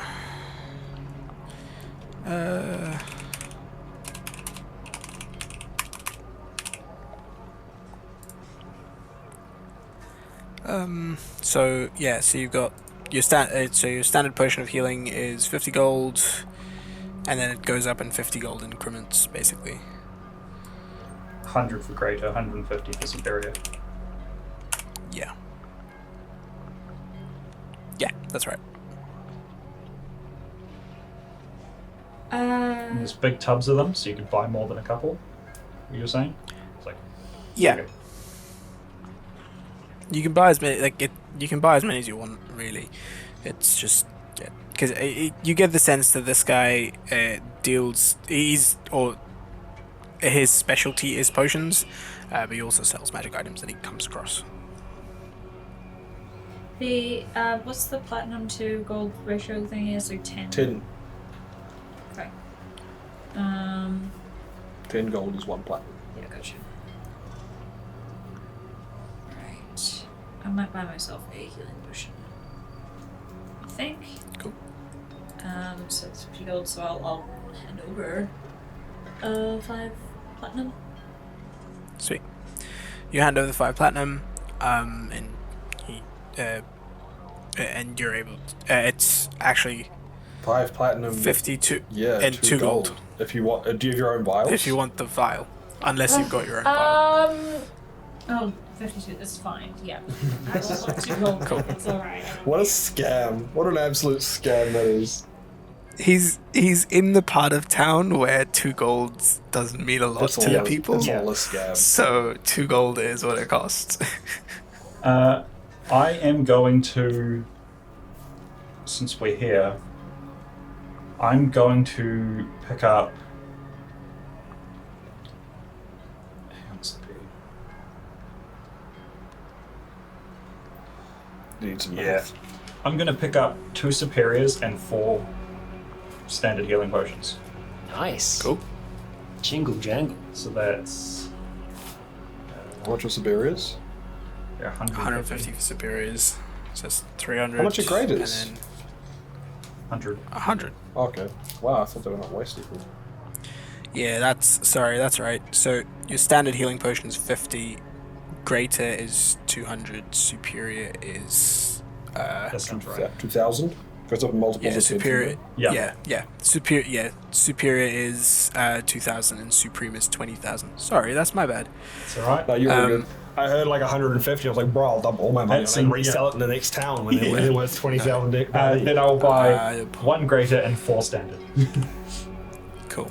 Perfect. 200 or 250 did you say for the graders? 200. It's the lower end of those. So that that's scale. 408 gold because you got to pay for the Yeah. vials. There's no 4, 5, so 410. Right. So you have those items. Anything else? No, after that, I'd be heading back and spending as much time as I could before 7 inscribing teleportation circle. I've got 10 hours to do on that, so I'll take what I can Sweet. get. Yep. So you've got. So by the time you come back home, it's about 1ish. So you've got about 6 hours before you have to be at the thing. I will take every one of those hours and leave at the absolute last second possible. Come on, we've got to go. He's like, wait. He'd been tattooing himself until he leaves the. I'd say we're building. probably leaving like Yeah. 6:15 or something, would be my... I assume it takes like half an hour to get there unless we... Yeah. Yeah, I'd say about half an hour to get there. So you get like 5 hours in. Still need to find the place. Yeah. And that's Yeah. where it Pretty is. good. True. Yeah. But you know where it is. So you can, but if you get a carriage, it's about 15 minutes. Nice. Yeah. I will happily spend 5 hours working on that tattoo. Sweet. You do so. I'll give Mason 2 of those standard healing potions. Oh, thank you. Cool. As your sort of day goes along, you carry on with your stuff, and then the time comes to actually get to this tavern. And as we sort of transition between now and the evening, we will take our first break. So, you have. It is now the evening, about 6:15, and you've left to go to this this bar that you've been told about. The bar's name is the Merry Fawn. The Merry Fawn. Fawn? Fawn. Yes, Fawn. Faun. Or Faun, if you want. The Merry Fawn! Mr. Tumnus. Yes, the Merry Fawn, and it's as you arrive, it looks pretty inconspicuous from the outside, but as you step in, the first thing that hits you is this very strong smell of fruity perfume, which seems to be just the smell of this place. Yep. Ophelia will be disguised now that we're out just at night and stuff, just because, she's still kind of a little bit worried about being out as herself. So yeah, just Fair. I will regular. be dressed in the appropriate attire to be at such an event. Yes. No sweatpants. Yeah, I'm it's just wearing a big hat. It's I might be slightly more dressed than is appropriate to the event. yeah. There's no like specified dress code, but it is. It's just sort of an understood thing that you don't go into a place like this with in your sweatpants or Yeah, shorts. it's like you don't go to like a bar in like shorts generally. Exactly. So it's so yeah. As you enter, it's got you can see the sort of main stage, which sort of has what looks to be sort of almost like a runway coming to another sort of smaller circular stage in the middle of the room. Around that, there's a whole bunch of these circular tables with these with what look to be lanterns in the middle. Like, I say look to be because they're not flickering, so you get the sense that there's some sort of a different light source inside. You can't really see what the light source is. They're not clear lanterns. And oh god, I recently watched the second or the third episode of Rings of Power. And I don't like. No, I don't think any of us have watched it. Yeah, Fireflies sorry. and stuff. Yeah. Anyway, but yeah, so it's so you see these sort of lanterns in the middle of each of those. You see these tables, and the tables are sort of draped in what looks to be quite a nice, sort of different coloured tablecloths. The theme in here is pinks and purples.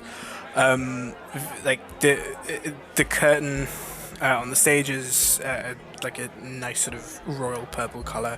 There's a whole bunch of like pinks all around. You can tell the staff from normal people, because they are wearing these pink robes, and they seem to be going around serving each other.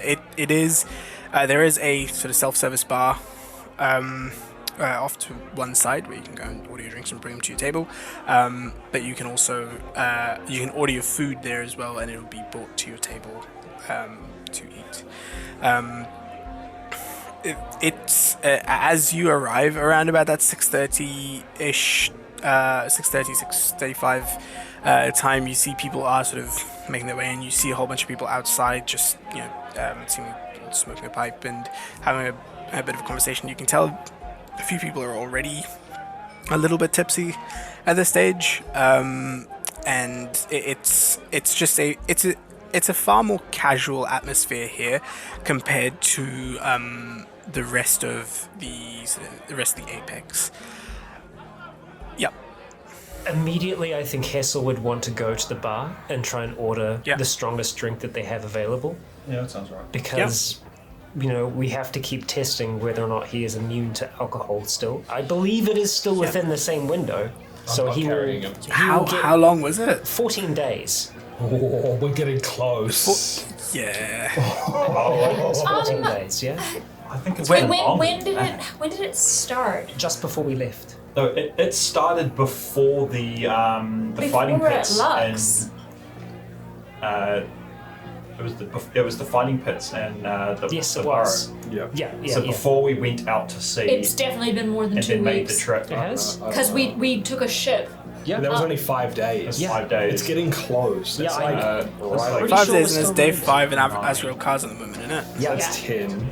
It was a day and That's a half 10. each way. That's 13 days. It's definitely it's more than about 14 13 to 15 days. This might be the last night. It's right on the edge. Right. It's Right. Vidal's Right. call, but it's Roll right me, on the no, edge. roll me a D100. A D100? Alright, here we go. Yeah. That is a 70. Flat 70. 17. Okay, cool. so Oh, close. so 17. 70. 7-0. Yeah. Oh, okay, 70. Okay, cool. So you walk up to the bar and you ask for the strongest thing they've got, and there's this, and behind the bar you see this this large, about almost 7 foot tall orc, like buff as all hell, in what looks to be a pink sundress, pink sundress, and his hair his hair's like this Elvis style sort of Oh, nice. pompadour Yeah. kind of. Yeah. Alright. So he looks down at you. He says, "Are you sure about that, son?" Yes. Certain. Absolutely certain. I'm not carrying him. Right. You see he sort of turns around and reaches to the top of the shelf, and he pulls down this massive sort of rounded glass Fishbowl? vessel with a huge cork in it. And he brings it down. He puts it onto the bar, and there's nothing on the on this jug other than like a skull and crossbones. Just And inside, yeah, like, and Just inside turpentine, you can see baby. you can see it's Presumably used to clean the almost, bars. it's still almost full. The large cork that's in it seems to still be sort of sealed. Yeah, it's still sealed, and inside there's this clear liquid, and at the bottom of the liquid you can see a few different bits. You can see like what looks to be, you can see a few snake heads, just the heads, not the rest of the snake. You can see different snake heads, and you can see what look to be like large spiders without their legs, or it's like dead spiders and stuff.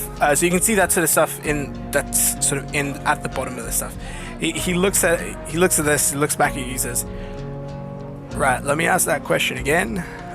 Are you sure?" How long's the show tonight? Around about an hour and a half. I'm sure. Is it also? It's not the whole bottle. Okay.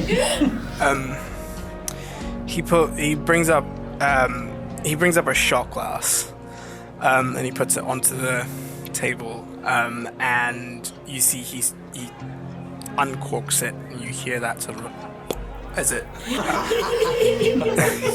Discord got rid of it. I was, yeah, okay, that's fine.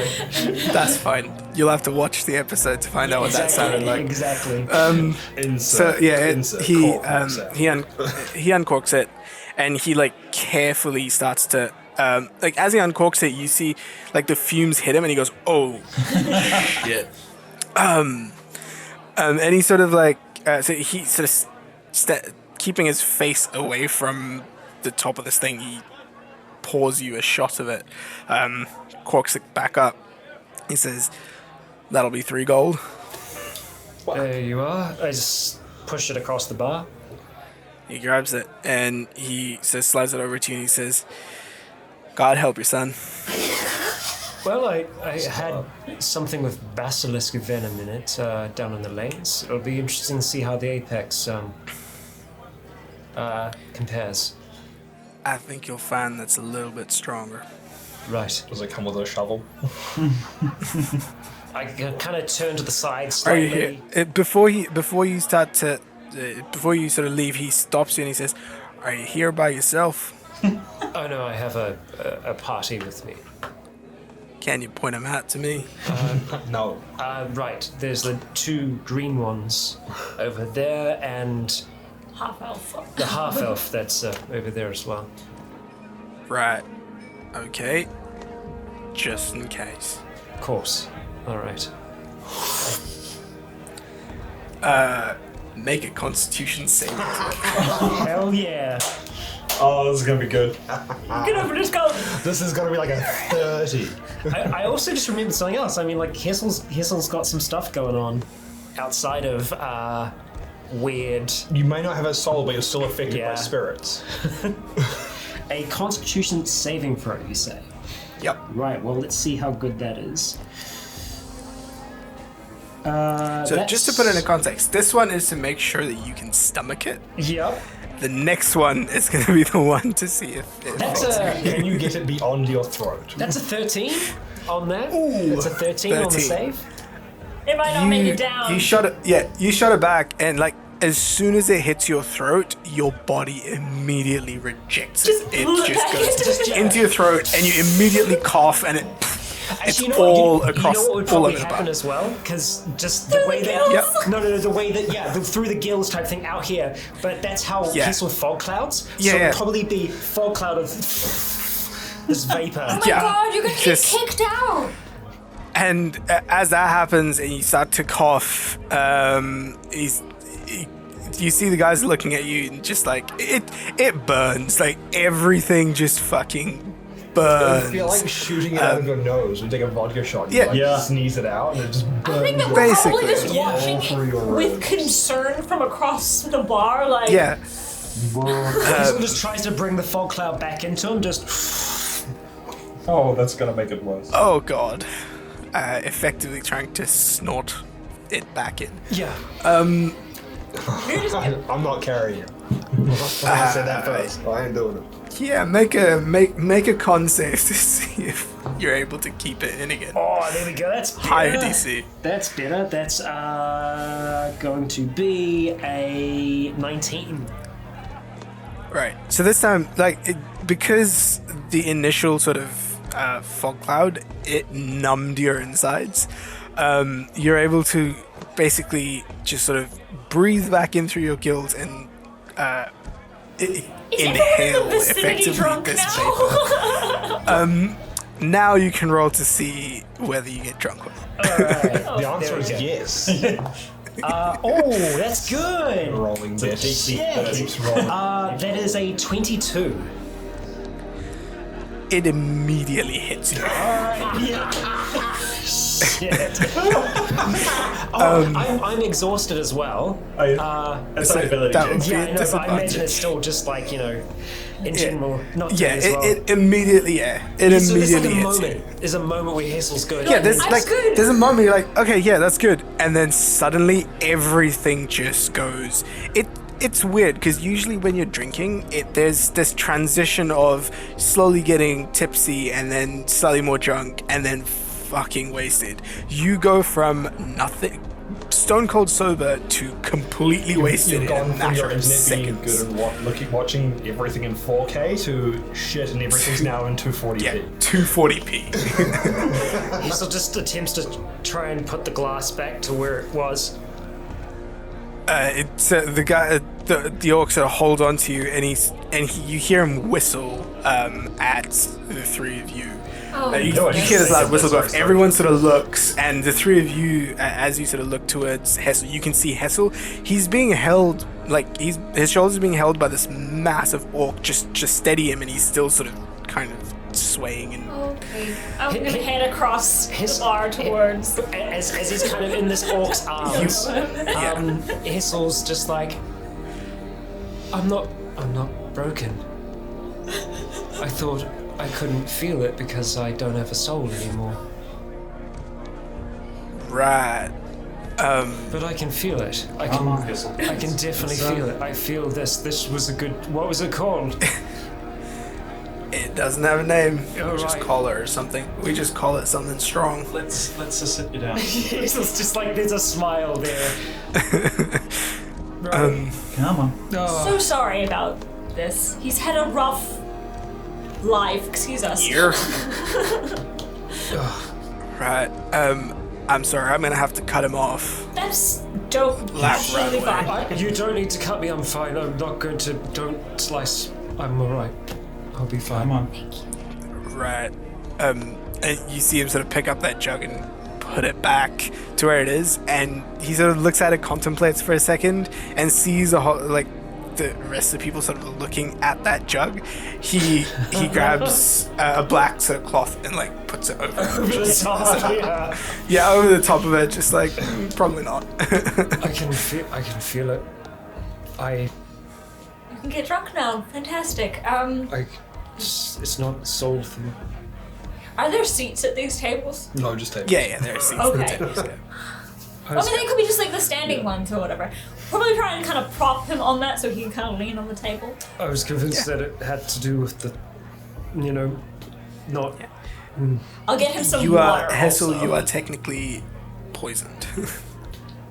I will get Hessel some water. I have double disadvantage. And do they have like bar snacks, like little, I don't know, like little Probably order him baskets? some like actual food. Yeah, get him some food and some water, and just be like, Like each of the tables does have like a bowl of assorted bar snacks. Not enough to fill you up or anything, but just like just as tasty. Some peanuts and some pretzels to make you want to drink more. I don't remember. Basically. I was going to ask before you mentioned that, but now it's extra prevalent. Have we tried lay on hands on drunk people?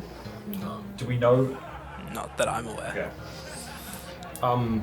I haven't brought a Because lot. lay on hands can get rid of the poison condition. Yeah. But we haven't tried it. But I'll see how Hessel does. As long as he's It's not. funnier to have Hessel drunk. Yeah, as long as he seems to be doing okay. But I'll keep half an eye on Hessel for the next little while. Yeah. I haven't brought a lot of my equipment with me. I'm not carrying my sword. I don't have my. I've still got the braces on under my long sleeve, but I don't have my hand wraps on. Just letting you know that there's a lot of stuff that I'm not carrying on. in case we need to fight the bartenders. The hand wraps are in my pocket. We usually have people coming after us, Yeah. so I need to be aware, but I'm not carrying everything with me. Just to be clear that I'm not like kitted out. Sounds good. Like looking around, the people that do walk in, you can see different weaponry on them. This place doesn't have a check your weapons in at the door sort of thing, and you get the sense that that's probably the case throughout the fringes of the Apex, because specifically the people that are coming here are slightly higher profile and they tend to have bodyguards, etc. with them. Just felt like courteous to not bring weapons in. Yeah. But Callie, now we know. Yeah. do you want to maybe put your symbol on the outside, just in case there are people around, or do you? Wait, probably not. There's a lot of people. That's fine. Keep an eye out for now. It was called something strong. Fantastic. I'm sure it was. Drink it. Just put some more food in They front have of it them. here as well. It's I the go same pat Hessel on the head, but realise he's wearing both a hat and a pointy crown. And the then crown just pat on the underneath, mushroom, pat on the shoulder. same as the bar. Cool. Must be just a Like it's one of those where you can, because of the initial sort of fog cloud of, you can like any perfume or cologne that Hessel might have been wearing is immediately overpowered by the smell of this, and it smells like these it's like if you were taking right? He smells like hand sanitizer. Yeah. he smells like particularly strong hand sanitizer. This is like there's medical grade ones that like have You just like that, kind of touch him and you're like, oh, my hands are clean now. That's going to make the next thing I do worse, which Oh, no. is cast Enhance ability on myself as I'm sitting here for Al's wisdom. Yep. For Yes, your senses become heightened, and as they do, eyes you are just watering. acutely aware of Hessel's. Yeah, your eyes start watering to an extent. right. The smell starts to sort of Don't touch your sting hands, you touched Hazel, so touch your eyes. Don't touch your hands. Don't touch your eyes with your hands. Yeah. Don't touch your hands with your eyes.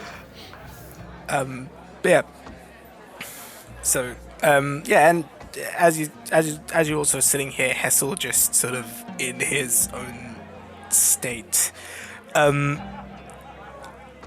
As it sort of comes up to about 7 o'clock, the lights, the lantern, so the lanterns throughout the bar, sort of, they go out, and it's effectively pitch black in here for a minute, and you hear this sort of music start to play, and you hear the sort of tapping of feet, almost like a tap dance style sort of tapping of feet, and it seems to be coming from almost everywhere. Before you go into the start of that, just in case, so with that, so my passive perception's now 25 for the next hour, Okay. and passive insight's 19. Just keeping an eye out and watching for, since I know this is a Perfect. place I need to watch for. Perfect. And as the sort of as the sound encompasses this entire place, you see the lights within the lanterns. They start to sort of almost flicker to the rhythm of the sort of tap shoes, and there's then a spotlight on the sort of central stage, and you see what looks to be an elvish man, sort of olive-skinned sort of elvish man,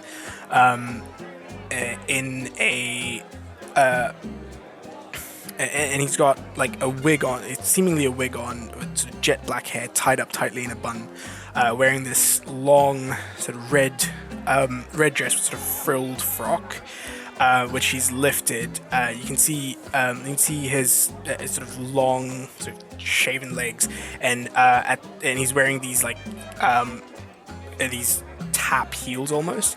And as he appears, there's the music shifts, and you hear like guitars and sort of stringed instruments, like acoustic stringed instruments start to play, and they start their performance. And this performance is effectively one of those like flamenco style, like Spanish sort of tap dances. And as it goes on, the crowd sort of gets into it as well, and sort of like starts banging on the table, and the whole thing keeps going. Nobody announces them on stage. It just kicks off. It just starts, and the performance kicks off. And as this is the one that you do notice, is that as the performance is going, the lanterns on your tables, they change colors in tune with the rhythm, and it's just an entire experience. Looking like closer at the lanterns, do they seem to be like? Is there like a flame inside of them, or are they just? They're not flickering like flames do, but they're sort of going on and off. It's almost like your like a light bulb or LED light sort of stuff. It just sort of She was visually. curious because she hasn't seen that aside from there's obviously this magical flame and stuff, which was like. Yeah, you can roll Arcana to see if there's something magical going on, although you're fairly confident there is. 18. 18, cool. So yeah, you're fairly confident there's something magical about it. It is probably something like a not a produced flame, but like one of those ever glowing light situations. And you get the sense that, and with Callian's sort of enhanced perception, something that you notice is that there seems to be. You notice that there is an area under the stage, Like the stage is pretty tall, Someone and is there's just an area. putting on under bagpipe things.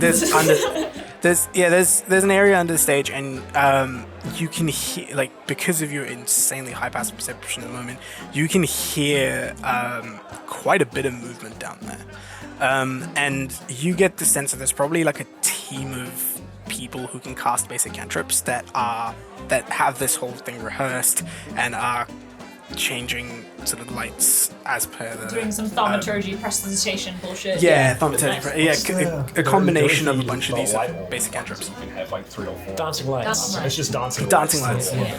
So as the and this performance goes on for a while, and there's it's there isn't really sort of story to it. It's just more of a show of skill sort of thing. And the other thing that you do notice as well is that this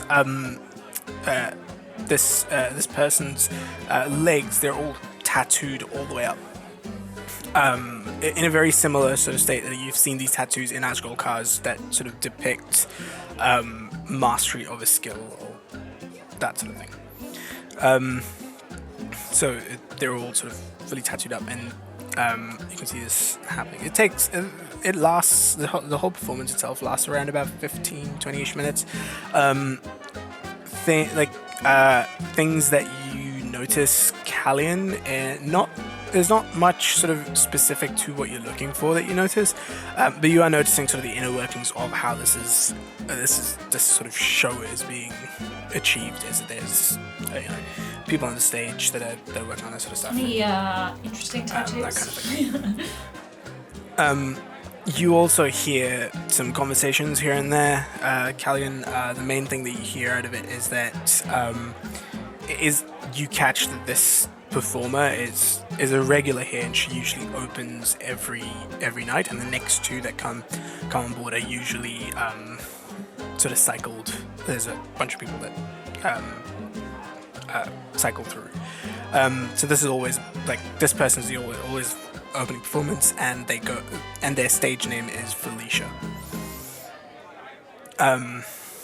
So they complete their sort of performance, and as it sort of comes to a close, the lights go out again, and you can sort of see that a sort of a trapdoor kind of thing opens from on top of from the main stage, and this person sort of walks back and down into the stage. So there seems to be quite a bit more space down there than it looks like. So you get the sense that this place probably has like a lower level almost that people can walk about in back there. So that's the first act that you see. The second one, so there's a bit of a like a 5-10 minute sort of break between this and the next one. Do the lights come on back on during that 5 or 10 minutes, or we just sat in the dark? They do. The lights do come back on. The lights do come back on to the normal sort of what you came into. What you came into, and because your perception is quite high at the moment, Callian, you can actually hear the people moving around under the stage. And like sort of that whole, like, you can effectively hear the backstage chaos thing happening under the stage of the stage, where there's just people like, you hear someone like whisper, shout at somebody. He's like, no, that's the third act, not the second one. Like, what are you fucking doing? Is this your first day? And it's like you can hear that sort of sort of chaos underneath the thing. What's drinks and snacks for the table run in this place? They're on the pricier side. Like drinks are the sort of standard. Hold on, give me a second. Got a silver or something. A bottle of wine's like $5 gold. Yeah, it's ridiculous. The economy. No. Goddamn inflation is driving up the price of my fantasy wine. I think that's bad. You should see the rising cost of horse feed. So you can get ale. You can get like just normal ale at the standard sort of 2 silver price, and you can get sort of and you can get standard sort of your bread and cheese and that sort of stuff for about 2 silver as well. If you wanted sort of fine wine, you're looking at about anywhere between 3 to 9 gold pieces, just based off of how fancy you want For your the wine to table be. or per person? Sorry. Is that for the table or per person? It could be either. Like, if you wanted to just buy a bottle for like 9 gold pieces, you'd get a pretty fine wine for 9 gold pieces, and then you could share that on the table, or you could get glasses of wine, again varying from anywhere between like 9 silver all the way up to about like 4 gold for a glass. I'll just buy standard drinks and food for everyone in there. Just for the moment. No drinks for Hess. Yeah. No drinks for his. Wow. Yeah, like Yes, water. when you start talking about drinks for the table, like the bartender very clearly says that I'll serve you drinks, but not for him. Absolutely. We'll keep you away from it. He's happy with the Do you want peanuts. to at order the him moment. some dinosaur equivalent of chicken so he can get some protein? Yeah. Yeah. Nuggets. Yeah. Get him dino nuggies. Dino nuggies. Dino nuggies. Yeah, they're like this big. They're not actually in the shape Yeah. of dinosaurs. They're just made out. They're in the shape of They're chicken. made- They're in the shape of chickens, just made of dinosaurs. Yeah. So yeah, you can get sort of basic food and drink for the night. I'll say for the entire night, it'll cost you around about 3 gold in total. If you 3 gold for like your bare basics, and that sort of stuff. All good. Told you we And then should've if you're done it going for the first. more expensive stuff, up to about 10 We wouldn't gold have the nuggets. for the night. Yeah. I, Or about 20 gold for the night if you're going for the fanciest bottle of wine and that sort of stuff. I don't think we are. no. All right. Yeah. So Enjoy another new experience. Just as we're in the in-between acts or whatever, looking around, do I see anyone that I recognize from the gala? not anyone that you saw at the gala specifically, but the people here are sort of, you can tell that they're a bit more well off, just not only because of the clothes they wear, but just the way they present themselves. They sort of present themselves in a bit more of a, they have bits of jewelry, etc. that is that you can tell that they've got a bit of money to spend, kind of thing, and their tables are generally like full of expensive liquor and all that sort of stuff as well. There is also as you sort of look around at the edges, at the ends of the of this room, there are some sort of booths, private booths, effectively, that some of the more important guests are sitting in. But again, no one that you recognize specifically from the gala. Callian, you will notice that the woman from the male house is here with a group of people sitting at a table and just drinking and enjoying the show, effectively. Okay. Have they made any acknowledgement that we're No. here? And just, yeah. No, not at all. Really, just that person, what's her name, Katina, is just trying to bring more people to the bar. Yeah. She has no She's idea what you're talking about. It's affiliate marketing. Yeah. Yes. The affiliate marketing. Yeah. Get free drinks. Yeah. This is actually But perfect. yeah, so eventually that sort of intermission period between the two, between the first two acts ends, and the second act comes on board. And here the lights don't go out, sort of thing, and you see the people sort of the performers sort of come out from behind the curtain, and what you see is you see what looks to be a sort of a country band, right? Like with banjos and sort of more country music, like hillbilly music. They have a washboard. Oh, God, Yeah. bluegrass. Yeah, so that's sort of so they all come out, and they don't come out all the way to the sort of central stage. They stay on the main stage, and they sort of sit around in a in a sort of semicircle. They have these logs that they've put on the thing, and they're all sitting there. And then as they set up, they set up their instruments and that sort of thing. And then from behind the curtain, you see what you assume to be their main sort of singer step out. And this is an orcish man. Like, he's a full orc. You can tell he's got the tusks and the build of a full orc, but he's more sort of lithe than like bulky. About 6'6", sort of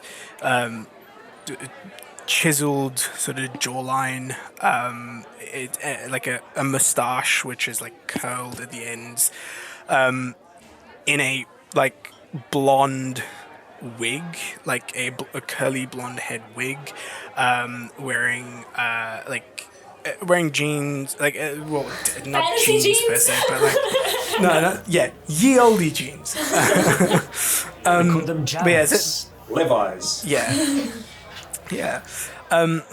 That's sort of and like a red checkered sort of Flannel top. shirt. Yeah, a flannel shirt, effectively. Parker And said yeah, and they No, it's Polly Dark.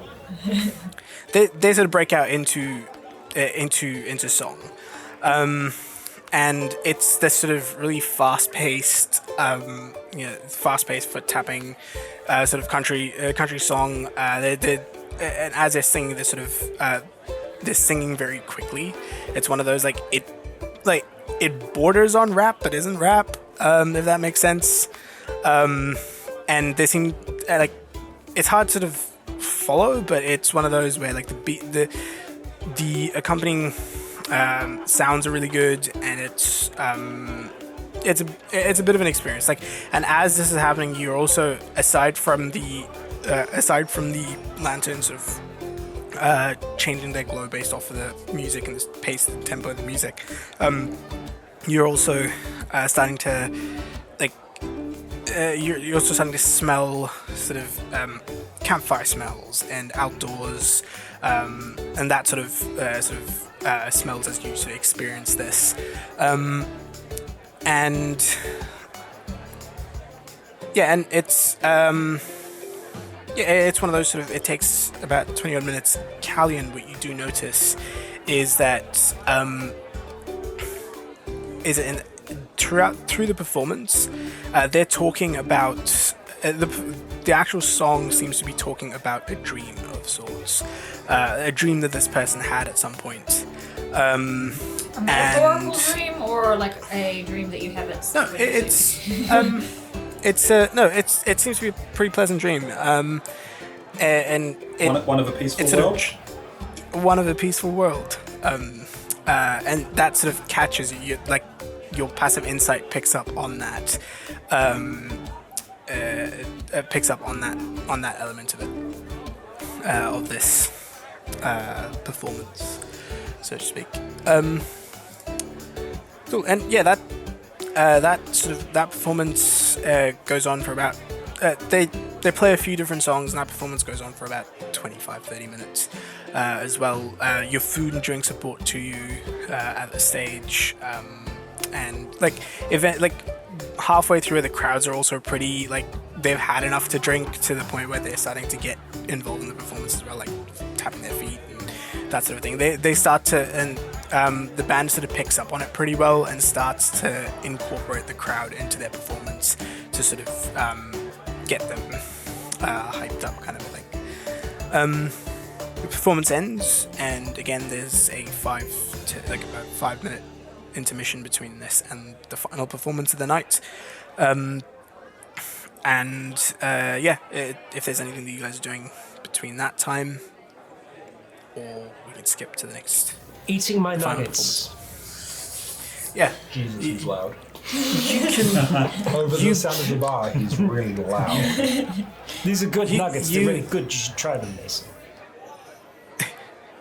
I mean, you eat them, and it's just one of those. It's like there is food here, there is a taste here, but you can't comprehend the taste. No, precisely. That's the thing. It's like It's it's really good. Yeah. It's good. That's a Good texture. Good Yeah. texture. You've killed your taste buds. Processed. Yum raisins. It's processed dino meat. Yeah. What process? What they do is it's like making wine. They put it all in a big bucket and they stomp on Stomp on it. it. Yeah, exactly. It's actually before the dinosaurs did. Yeah. Tenderized. Did you Cool. did you need to make contact with that lady from the thing, or are you looking for something else there? Maybe I think I need to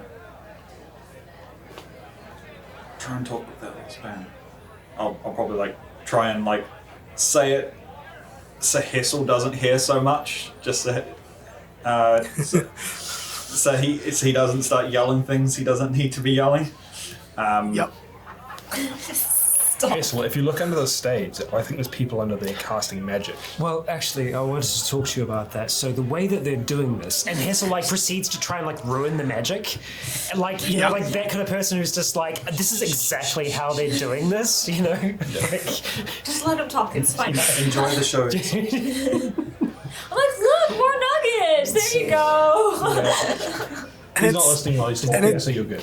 yeah. You can't do both Say- listening. You can't But do the thing both. is, he's still explaining it, but he's not explaining it to like any He's of just you. talking He's to just talking out himself. loud, like pointing and just being like, it could be that, and then they're also doing this. If you combine that spell with that, you could do it in that way. It could have kind of Manibus is listening effect. intently. Yeah. Manibus is sitting picking at the peanuts. We can talk freely. The three of you, You're safe now. the three of you sort of notice that like Hessel's speech is getting more and more slurred as the night goes. You get the More it's one of water. those. He got hit by the initial went from 0 to wasted, but he's still getting more and more drunk through the night. It's like this whatever this was is Bad. it's a one and done drink. Yep. Yep. You're done. Yeah, because you're done at the end of it. Is he dying? Yeah, You're done. I'm already dead. yeah. Do I have anything to beat the alcohol? Your Why is that always your choice? I turn into a sheep. You try to punch me. Hessel gets drunk. You try to punch him. What do you mean? Yeah. Because you typecast me into punching things. Yeah. You're the punchy guy. You better. Anyways, as you were saying, Yeah. you should go talk to the band. yeah. Yeah. See how this goes. Both Can we Hessel see and them the show. going? Can we see them going off stage in a certain direction when they leave? They go backstage, like the curtain sort of parts a bit, and they go through. Are there any doors towards the back, like on either side of the like- stage? No, you can't get, like, you can see the bar, where the bar is, that sort of extends all the way to the end of the room, and there is a door that goes in that direction behind the bar. So it effectively, general public. You gotta be behind the bar to get Go up, get backstage. backstage. Yeah. Right. Okay. And then once this final intermission ends, there's a third act that begins. And this act is it's as this person comes out, it's just one person that comes out. There's some very light sort of almost ballet-esque music starts to play, and the person that you see that they've stepped out, they're this incredibly bedazzled and colourful Aarakocra. Like they've got their feathers are like all colours of the rainbows, and it's not just like a pattern. It's just like it almost seems random and chaotic, and they're like the beak. The top of the beak is just completely bedazzled with sort of rhinestones and that sort of stuff. And as they come out on stage, the music sort of picks up a little bit, and as it does, you see from the top on the ceiling, from between all the decorations, you see like hoops come down, and this is an aerial sort of acrobatics show, facility. and it's like it. And to If be they fair, could fly. the ceiling isn't incredibly high, so it becomes even more impressive because they're having to fly around this not a very large space, but and also like make it through these rings and also make sure they don't just crash into someone's table and hurt someone. So it's an incredibly and then like as and the music seems to swell and ebb in sort of in the direction in time with the act, and this is like a 20 odd minute thing. Callian, you notice that a lot of the triangles, the hoops are set out in a sort of very triangular sort of shape, and the path that this Aarakocra traces throughout their act very much is in the shape of your of the symbol on your neck. But yeah, so that's something that you pick up on with your perception. But because your insight's so high, the other thing that you pick up on is that it is very deliberate. Like where the last one was subtle and that it was sort of just folded into the song, this one seems to be a lot more deliberate. Like, I am making hey, look at me. the Yeah. symbol. Here Yeah. it is. There is the sign you've been looking Basically. for. It goes like this with Exactly. the swings, and then it goes like this, and then it goes like this. Exactly. Yeah. So, yeah, because Even of your Hissel's like- ungodly insights, That's a triangle. you can pick up on the fact that this is That's very that's a triangle. That's a triangle. yeah. Yes, that's a triangle. Cool. And this, and once this sort of act and this performance ends, it's just the lights come back onto the normal sort of thing. This person goes back, goes sort of back behind the stage, and you're effectively allowed. You can stay here and drink and eat as long as you like. The performers eventually, eventually the performers sort of come out into the sort of general area, and you can start. You see a lot of people sort of mingling and crowding around them, and sort of talking to them about their performance and just appreciating their artwork. Yeah. Try to find whoever seems the ability to approach easiest first between the second and the Aarakocra. The singer from the second band. Bluegrass band. Or... Yeah. Yeah. It's What like, are those strange But pants you're wearing? I assume they're probably reasonably surrounded by people the moment they first come yeah, out. they are pretty reasonably surrounded by people when they first come out. But over the course of the night, say if you stick around for about another half an hour or so, the crowds slowly disperse from around them. Is Hessel getting drunker? Yeah, people are definitely getting. People and Hessel Is are. Hessel Yep, getting drunk? Hessel is definitely getting drunker. Is And he- at this stage, Yeah. Like alcohol at this point, Hessel, poisoning, I or- need you. Yeah, no, considerably drunker. Hessel, at this point, I need you to make another Constitution saving throw. I got this, man. I was made for this. I don't got this. That's a 9. Yeah, it's getting to the point where now you're effectively seeing blurry smudges in your vision. It's no longer you're no longer seeing even in 240p. It's just like it's now just you don't know what's what. You can see Shapes. The these inside of your blurry eyes. shapes. This is 3 a.m. and you're like passing out in the back of an Uber. Yeah, Don't it's look like you're in some hot yeah. I'm doing quite fine. It's, You have no idea what he just said. Speak over shit anymore. I'm just grab him by the face and just be like, see if this does something. And I'll try. Hissel leans in. Yeah, Lay on hands. yeah. It's like. He's like, yeah, okay. The smell of this alcohol is yeah, it's an assault to your senses as you bring Hessel close to you to try and cast the spell. But eventually, but you do apply lay on hands, and Hessel, you go from being I am blackout drunk to stone cold sober. Where am I? Again, in a matter of seconds, and it's weird. Like you remember elements of the last few hours, but you remember a lot of music and a lot of You can get shapes and a lot of drunk chaos, now. but you don't. There was noise. Yeah, there was noise, Okay, and fine. you immediately feel hungover. Yeah, I feel like my head is split into many fragments. Some more water. Well, you're making words again, so that's a good start. Oh. Well, I hope I didn't make a fool of myself. Only a little bit. I think you did it right. That was interesting.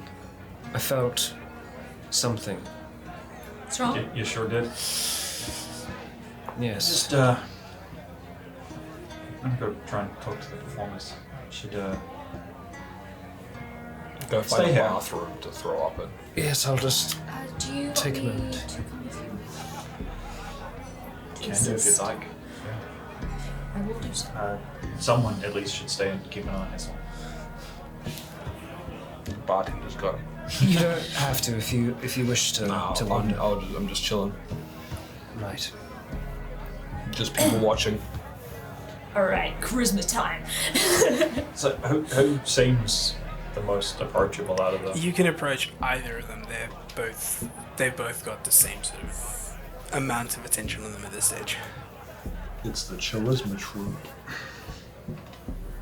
How the fuck do I approach? Can I see the thing again? for a Sure. second?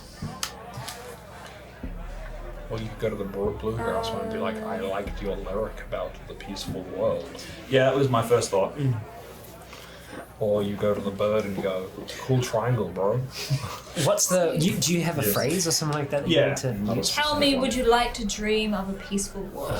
Yeah, so I think probably the easiest one to, since I still don't know exactly how I'm meant to drop these phrases into just standard conversations, is to approach the bands. Cool. Yeah, you approach the band, and it's the sort of center of attention for the band is the main is the orc that was singing, and they seem to be. It's something that you notice as you're sort of walking up to them. Almost everybody they talk to, like once they're done talking, immediately buys them a drink. And at this point, they're like triple or like quadruple parked, where they've got a drink in hand and they've got like 3 more just waiting for them. Roll them into one, King's Cup. Yeah. Oh no. But yeah, you approach and they sort of they look at you and sort of and you see with your sort of is enhance ability still up? How long does it last? It lasts an hour.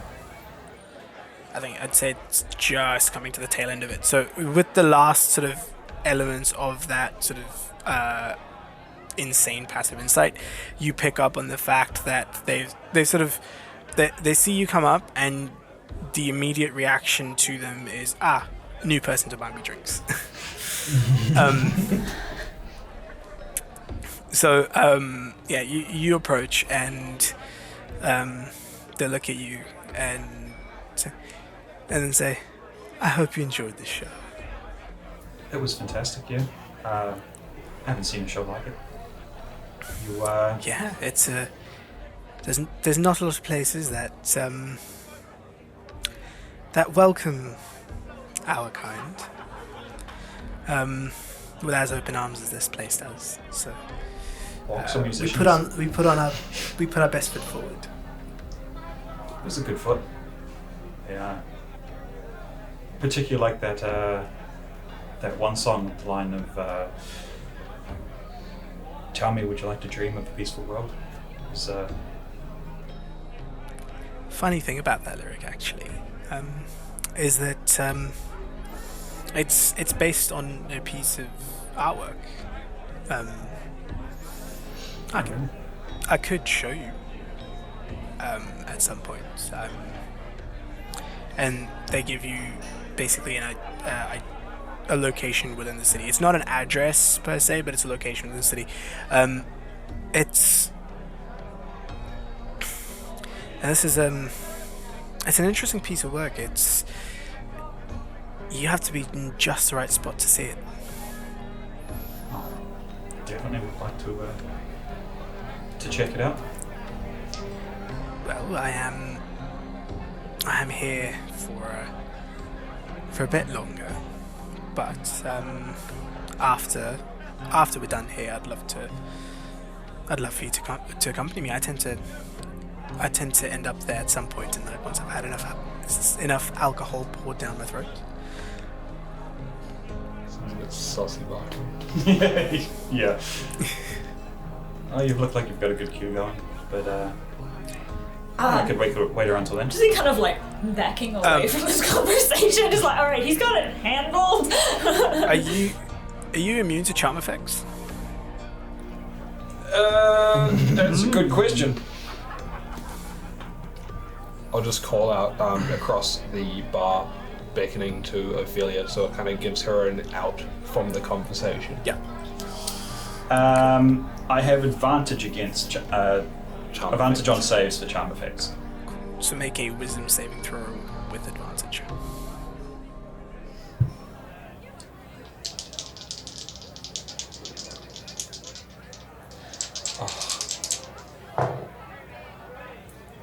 That's a pretty good. 27. Pretty fucking good. Yeah, you're good. So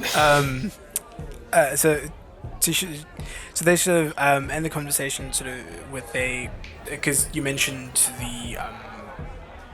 that she's got a queue going, that they've got a queue going already, and they basically say, "Well, would you like to add to that queue?"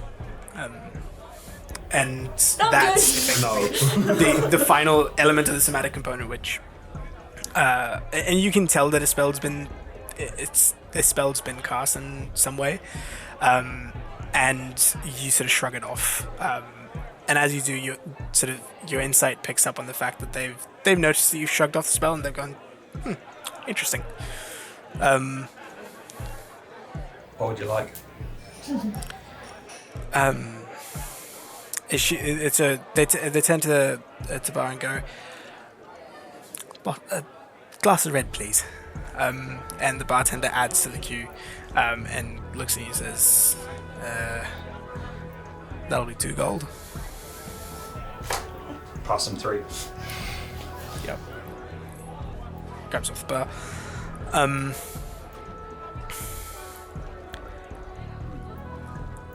It was not needed. Colleen's flirting I do have a few other people to meet here tonight, but perhaps meet me outside about once you see me leave. Keep an eye out. And I Brilliant. will walk away. Cool. Yeah, you do. And as you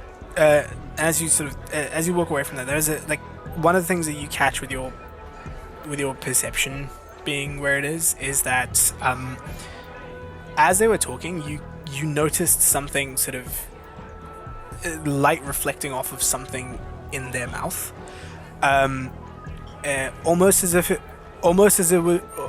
it's like a piercing. But then, as you're sort of leaving, you can make a perception check to see if you can. Silver tongue. Yeah. Quite Standard by now? Yeah, standard by now. Yeah, you don't have the enhanced ability anymore. 17. Yeah, it is very much a silvered tongue. Like, you can't tell at this age whether it's just their tongue which has been sort of dyed silver, or if it's been sort of cut off and replaced with a tongue made of silver. But it is very much a silvered tongue. Fancy. Just as I left that conversation, so I was like, okay, I'm not needed here. Just looking around the bar, the first act.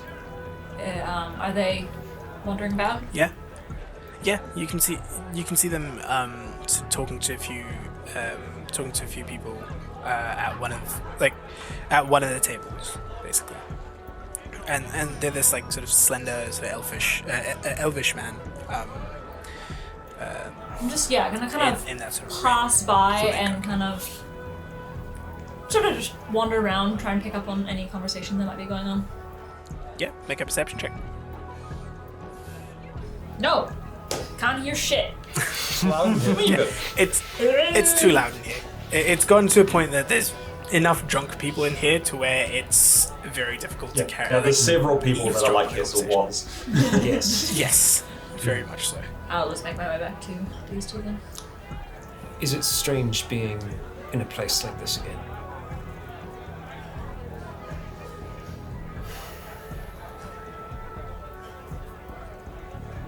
No. If It's different enough. that's good, then I suppose.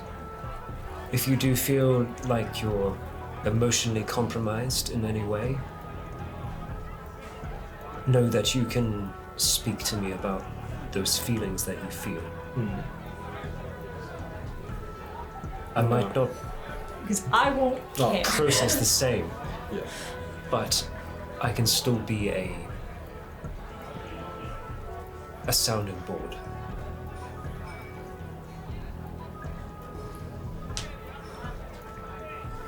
It's different because I'm not here for work. Right. If you know what I mean. I can understand. It's a very different environment. On the other side, Almost. yes. Was more uncomfortable in the gala. Ah, Not the rest of it, just the event that was taking place. yes, yes. Well, you seem to handle yourself fine there. I had good help. You had company, yes. Someone to keep me distracted. Which they are very good at doing. Right. Right. Good. Look, I spent a night babysitting here, so I'm not really in the mood for small talk. Yeah, exactly. he didn't know how to do it before, and now. Yeah. Seeing Ophelia come back towards the group, is Callian still having this conversation at that point? Yeah, or- yeah. I'd say I feel left partway through our conversation, so Callian will still join you eventually, but you still have that conversation. when sort of when I see her sort of returning, I want to sort of hop up onto the runway and beckon to Ophelia to come up. What? What do you mean by runway? There was a runway There's down the like middle a of the stage. runway to the central sort of circular stage. There's a main stage, and there's sort of runway that comes up to a circular one. I don't think you're allowed to That's go in the there. middle of the room. I don't think you're I'm allowed up. to be I'm up there. Have I been told to get down yet? No, you haven't been told to get down yet. But like the longer you sort of stand there, the more sort of people are starting to look at. Yeah. How Yeah. are you doing, Mason? I'll just sort of lead Ophelia down the runway back towards the main stage. Yep. Okay. There's like you notice that the bar staff are sort of looking and are pretty much readying themselves in case you attempt to go backstage, but it's more of I'm quite clearly not. I'm getting towards the end of it, Yeah. and I'm sort of stopping. yeah. I'm gonna sort of turn Ophelia around to look at everyone that's looking. Yep. I've noticed that you're not yourself, Harry, yet. Yeah. I would like to keep it that way. Why's that? Can we not have this conversation on a stage in front of a whole bunch of people? As you start to say those words, you hear your voice almost as if through a microphone, sort of around the room.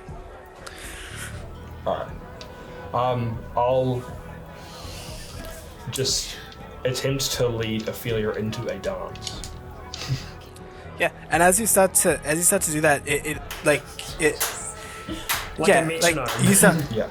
yeah, you start going into metronome Hansel mode starts to and clap. like a whole bunch of people start to follow, and then you can hear a lot of scrambling under the stage, and eventually you hear some sort of music start to play in a very in at least time I've got an with okay performance. you can both. It's going to be roll pretty basic, pretty simple, but it's just going to be something. Yeah, just roll a basic performance check. Here we go. 20. I Not feel natural. Cool.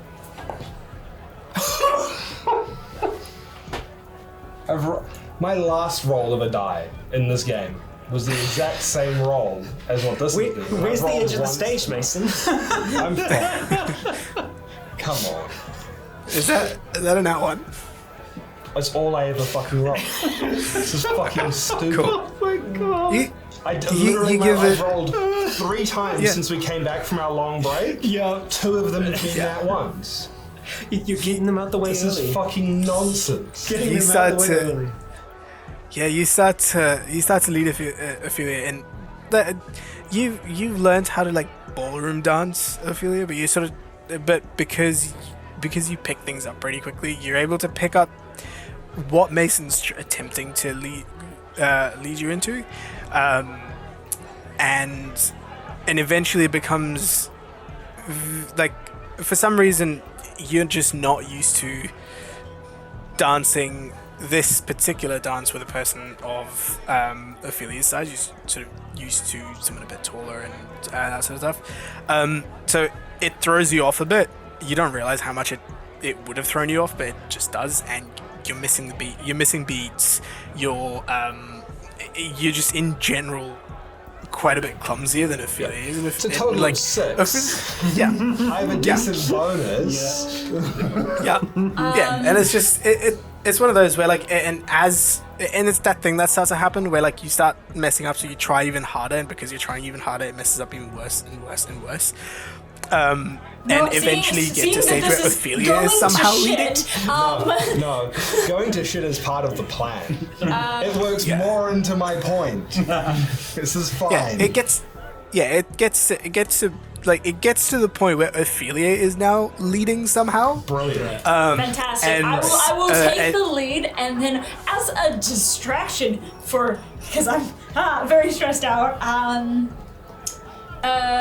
going to do a bit of prestidigitation and thaumaturgy to make kind of like a swirly sort of thing around our feet, of like sparkles and stuff, to sort of disguise any missteps that there might be. Yeah. And as you start doing that, as you do that quickly, you get the sense that whoever's controlling the effects under here picks up on it, and that sort of thing exaggerates and extends into this like swirling mist of gold and silver around your feet, which hides a lot of Mason's missteps and clumsiness, but you manage to get through the dance, and as you finish and the music stops, the crowd sort of cheer. You get the sense they're primarily Like, cheering oh, for good Ophelia. job! But yeah, and like there's a few people that are looking towards Mason and just like stifling a snigger and a laugh and a giggle. But then you get the sense that the majority of this applause is primarily for Ophelia. The point is that people are going to look regardless. Doesn't matter what you do. It's better to just be you. Were you able to get down from the stage? Yeah. No, never. Stuck up here for a 10 round. I will fireball you. I dare you. Do it and watch it bounce off of me.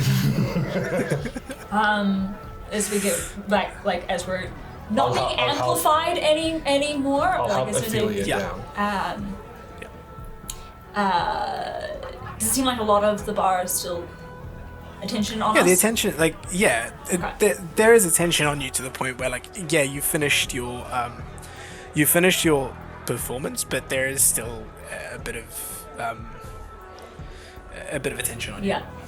Giving the people just a lovely smile, Ophelia says through her teeth to Mason, "I am still in danger here. I would rather not draw attention to myself. Thank you very much. And walks back to the table. Cool.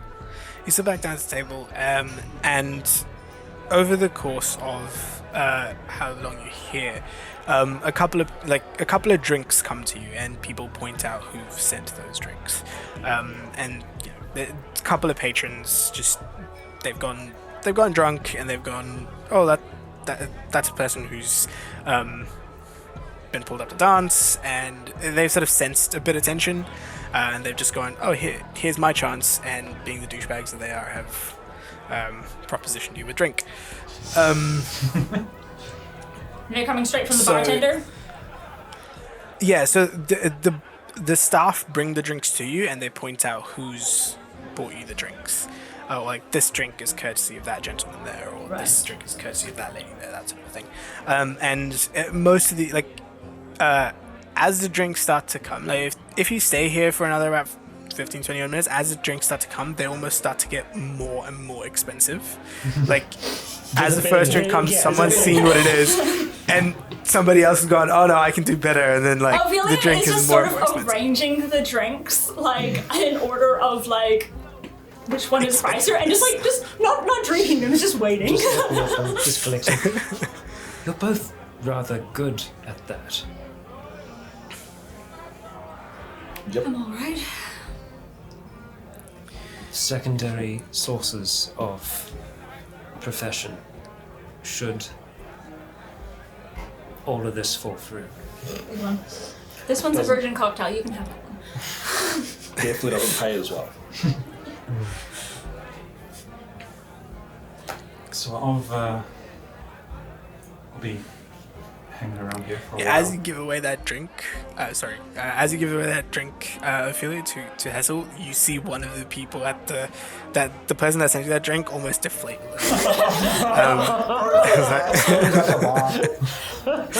You see a guy in a ponytail and a low-cut shirt just immediately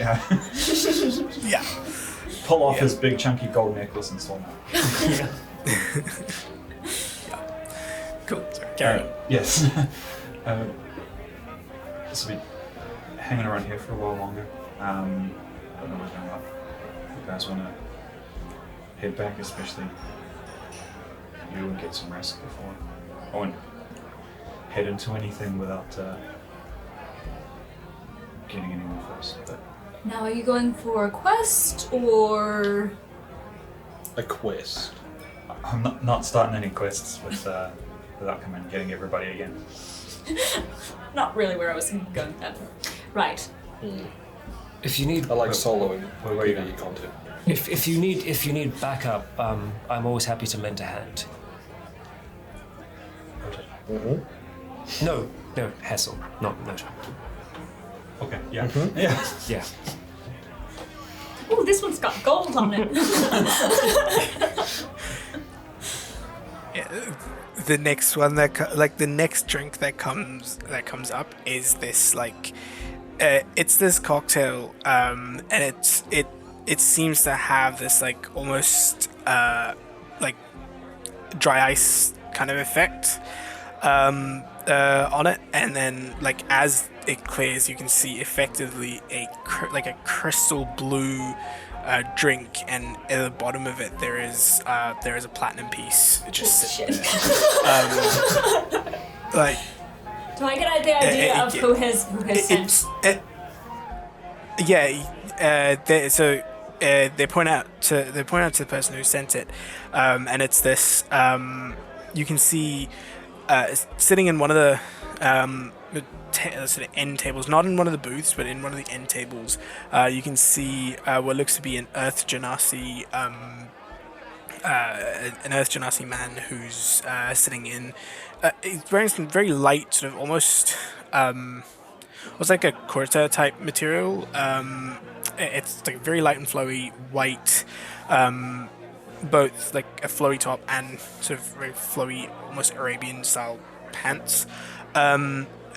Bald, you can see their skin almost cracks like the earth, and they've got a just sort of a very short goatee that seems to be sort of tied off at the end. This man is really trying to be Issa. Yeah. But yeah, This it's guy yeah, doesn't but happen to be a Hexblade Chelsea. warlock, does he? No, not that you can tell. But yeah, he's sort of very, and he's sitting there. You can see on his table there is it's a very ceremonial looking sort of curved sword with one of those like sort of bejeweled handles and guards. It's on the table as a sort of show of I've got money. Right. Ophelia just takes the drink and kind of gives unfortunately, a little toast yeah. to him and takes a sip. Yeah. You take and as you sort of have you had a sip of any of the other drinks at the stage, or it's?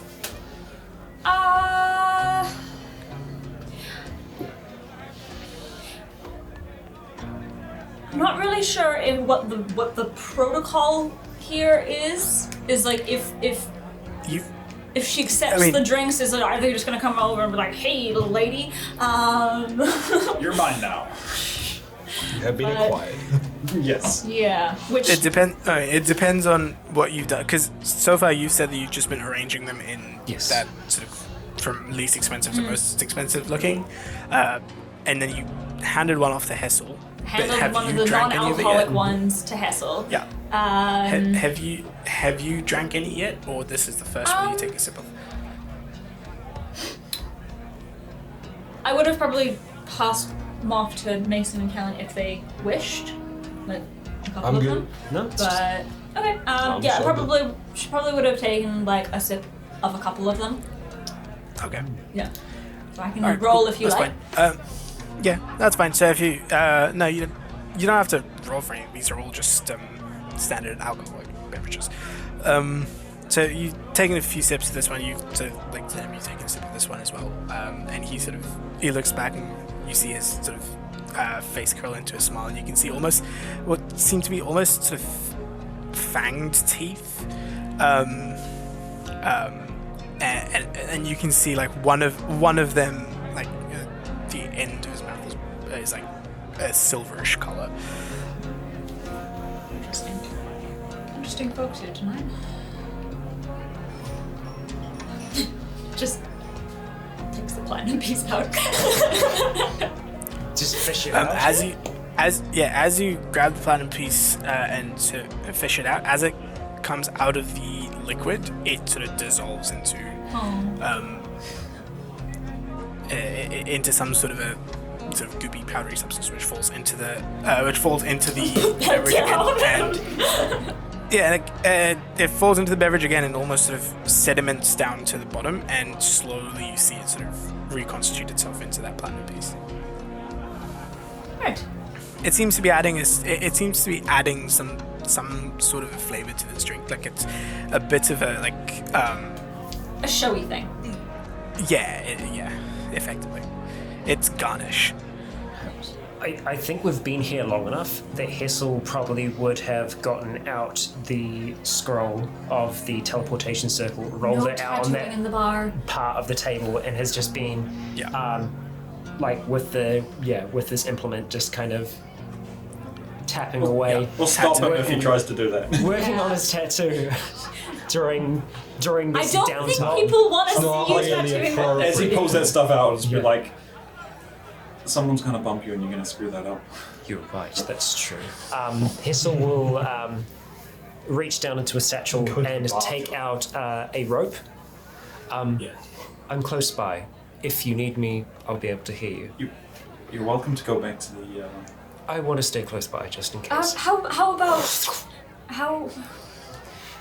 about we The rope go? goes taut and straight. Okay. Just if you're around here, I'll still be able to hear you perfectly fine. And I can't be bumped in here. Right. I'll stick my head out. And Alright. he just climbs up Climb that up small into the section rope into trick. the rope trick. and just There's a pulls the rope back up. The drunk people at the bar going, Holy What the shit! There's definitely a whole bunch of like more drunker people at the bar going, "What the absolute fuck is going on?" With that Yeah. They're just checking Like- their drink and looking back over and checking Yeah. their drink. Yeah. Yeah, And very much so. You guys have definitely called attention to yourself at this stage. Two giant green guys, a relatively normal-looking person with a line of drinks, and a guy that just vanishes. Not a very The guy that expensive climbed drink, up a mind rope you. and a vanished. guy with a comically large wizard's hat that climbs up into. Climbs up into a rope. Yep. Yep. Yeah. Call it my butthole. And I'll keep my ear out to the Yep. opening to see if I hear anything. But Just I will lying on your side. I will be speed tapping away at that, and I can also just kind of keep an eye out through the now invisible opening. Yeah. That's On that note, yeah, you do so. That's something. Yep, that's the thing. did you find out any information about your thing? Yeah, just waiting for the singer to close out for the night. Do you need to talk to Over the course of the next about 15 minutes, you notice that this person has sort of made their way through their drinks and stood up, and they sort of they look at you, give you a little wink, and walk out the door. Would you like me to follow nearby inconspicuously? To make sure that you're okay? Welcome to just come with. I've seen winks like that before. I'm not welcome to come with. I mean, you should probably ask first, like ask consent first for a wink like that. But no, I'm good. Sorry, like.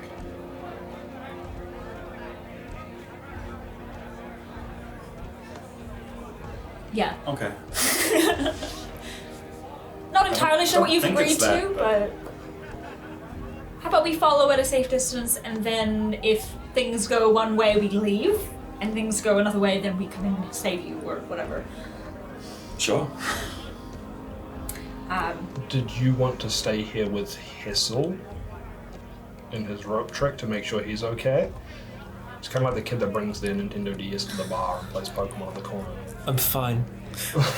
And I'm also alright to follow If if Orcish works? that's what you desire. I think that we should stick together because last time, when the two of you went alone, it didn't go as. This should just be the first step. Not a trial or Oh, anything.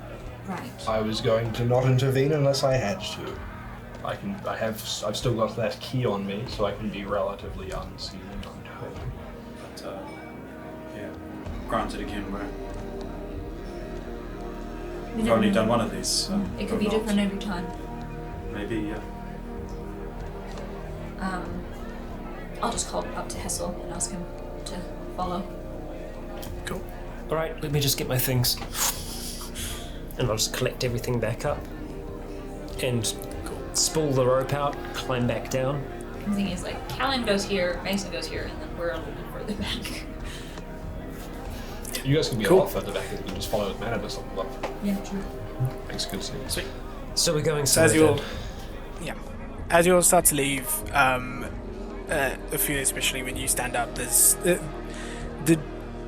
the different drinks that you sipped. The people who bought you those drinks suddenly perk up as it's getting up to leave, and I'll step noticing that out. you're walking for the door. Yeah, like as noticing that you're walking for the door, you see them start to get up, and they see Callian and Mason both stand up as well, and they sort of sit back down. Not, yeah. We'll let Callian go out first, and I guess me and you will briefly fill Hessel in on what the plan is a little bit. I can always follow from above. I'll just need someone to take my arm. I will guide you. Cool. Pinch me twice if something's wrong. And I will So as you, Manibus a flutter above. yeah, as you step out, you can see this person that you're following, going with. They have they've walked forward a little bit and are waiting, seemingly smoking a pipe, waiting for you.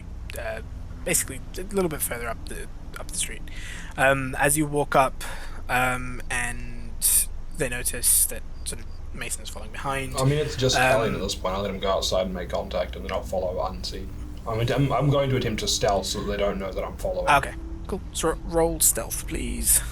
I'm going to also attempt to move silently. Does that mean that I get advantage on my stealth check because I have the key? Yes. Cool. Yep. I fucking need it. You're a large lad. No, it's just all I roll is 1. That too. Fucking damn thing. That's fine. That's fine. That's a 18. 18. Cool. You start to slowly make your way. So you sort of skulk into the shadows, and as you sort of draw on the keys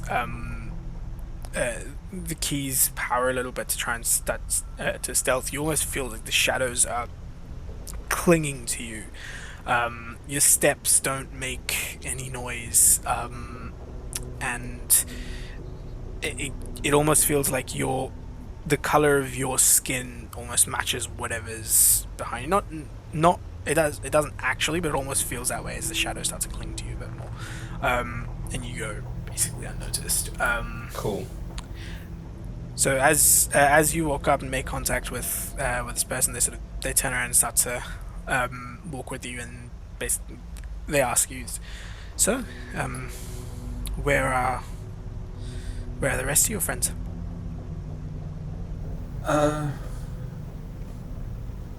They're hanging back for the moment. Brilliant. And she sort of looks around, and and they say, "And is this your first test, so to speak?" Is this your first time? I was waiting for that. No, not my first rodeo. Yeehaw. Cowboy. This will be my second.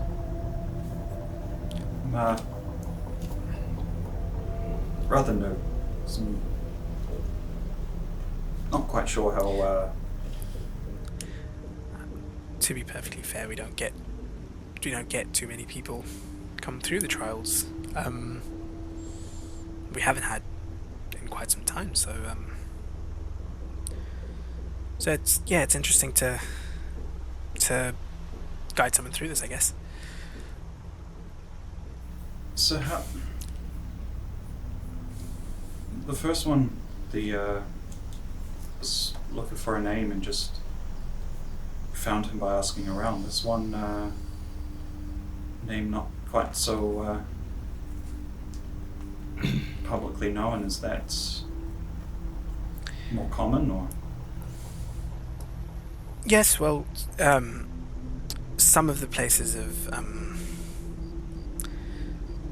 dropped the ball a little bit in the sense that we didn't really expect somebody else to come through. It's like I said, it's been a few years since we've had someone follow this path, and we didn't really think there were any books of ciphers left out there.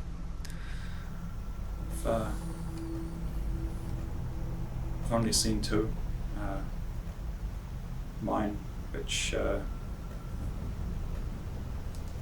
suppose was rather forgotten, and one on a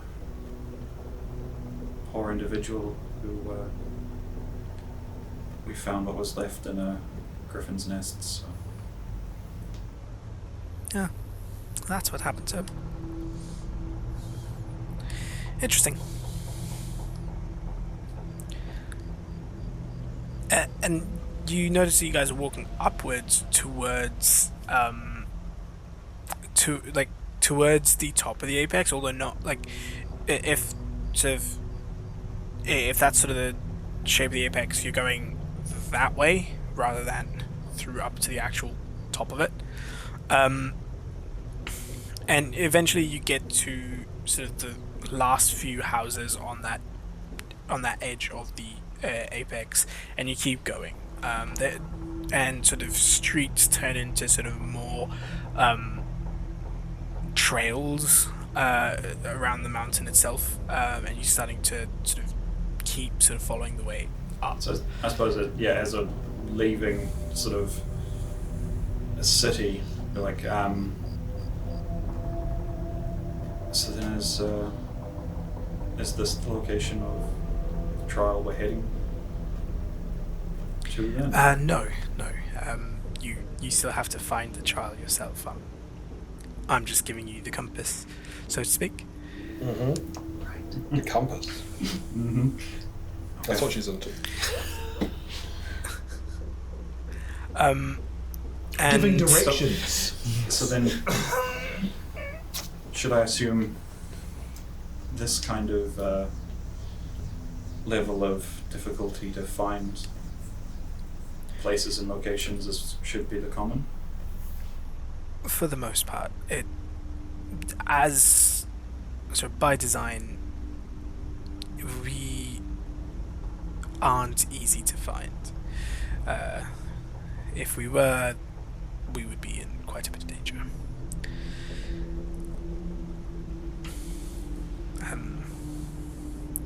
And as you said, it takes you a good. It's a good sort of 30-ish minute walk, and they don't really speak to you unless you ask certain questions, or you make conversation first. It's actually an elaborate serial killer network. I would ask them along the path. Then who's Rockram? Or is that where we're going? Oh, no, I am Rockram. That was the name given to me at birth.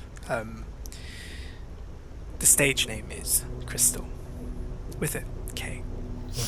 Obviously.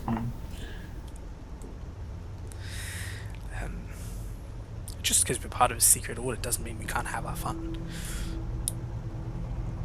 Fair. Yeah, trying to learn to embrace that a bit more myself.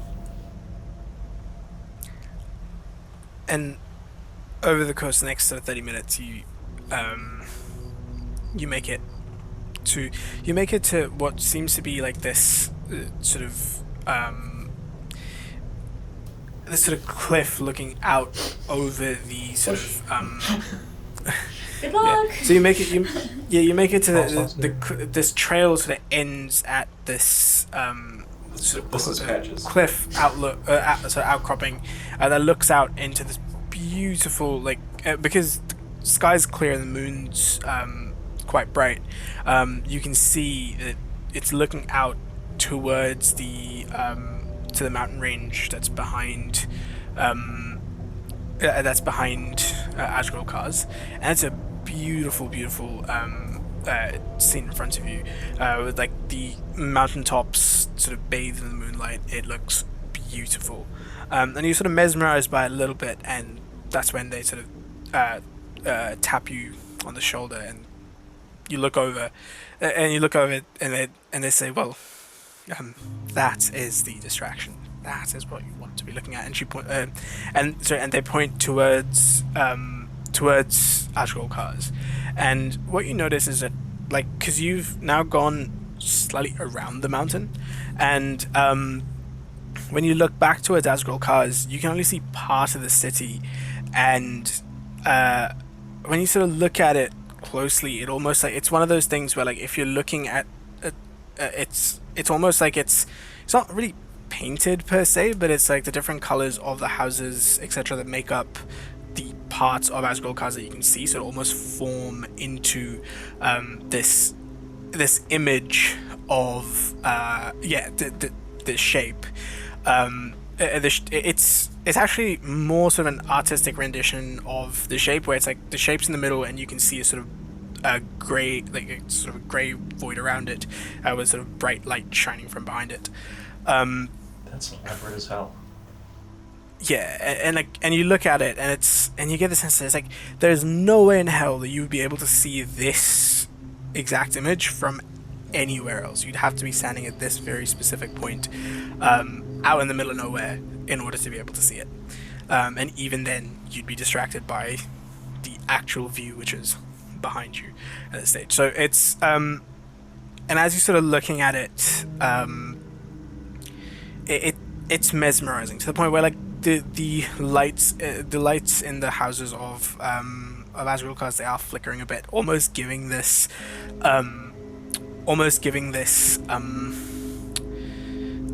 this image that you're seeing an animated quality, almost as if it's like the light itself is flickering a bit, and you sort of blink and find yourself standing again within that sort of white, of the greyish void that sort of, with that light in front of you. You start to look around, and this Rockram is no longer there. It's just you in this void once again, and you hear that same sort of mix of many voices sort of ring out from that sort of grey light source that is in this void. That oral image has now been twisted by the concept of the witness. Yeah. It's a very similar kind of like multiple voices, but not as ominous. It's more sort of soothing, I'd say. Yeah.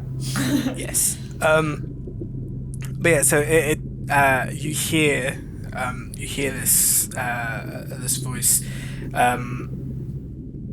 effectively say to you, "You have done well so far. Yet you have a long way to go.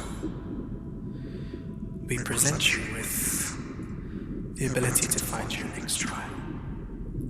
And the light sort of glows bright, and almost like a blinding flash, and you blink and you're back to where you were on that cliff top, and you sort of look down towards your symbol, which is now hanging outside of your breastplate, and you can see almost as if, like, if you don't look at it closely, it just looks like the moonlight's reflecting off your symbol. Mm-hmm. And you start to sort of, and as you sort of turn towards Rockram, you notice that reflection of light sort of moves across it, almost like a compass. So, like, if you, so as you sort of move to the left, it sort of shifts along the face of it to the other corner. So it's almost like a compass, where, like, if it's in the middle and almost effectively reflecting off of that sort of central, the sort of central central triangle and the line that goes through it, that's effectively centered. But as you sort of shift away from it, it moves into sort of that direction away from it. So it's effectively acting as a compass. Where does it seem to be pointing? So as you sort of turn to see where it's pointing in the direction of the mountain ranges. So behind the mountain ranges behind Azrael cars. So to the north. Yep. Into the hills. To the north. Yes, into the yeah. So yeah, North Oceanward into the mountains. Correct.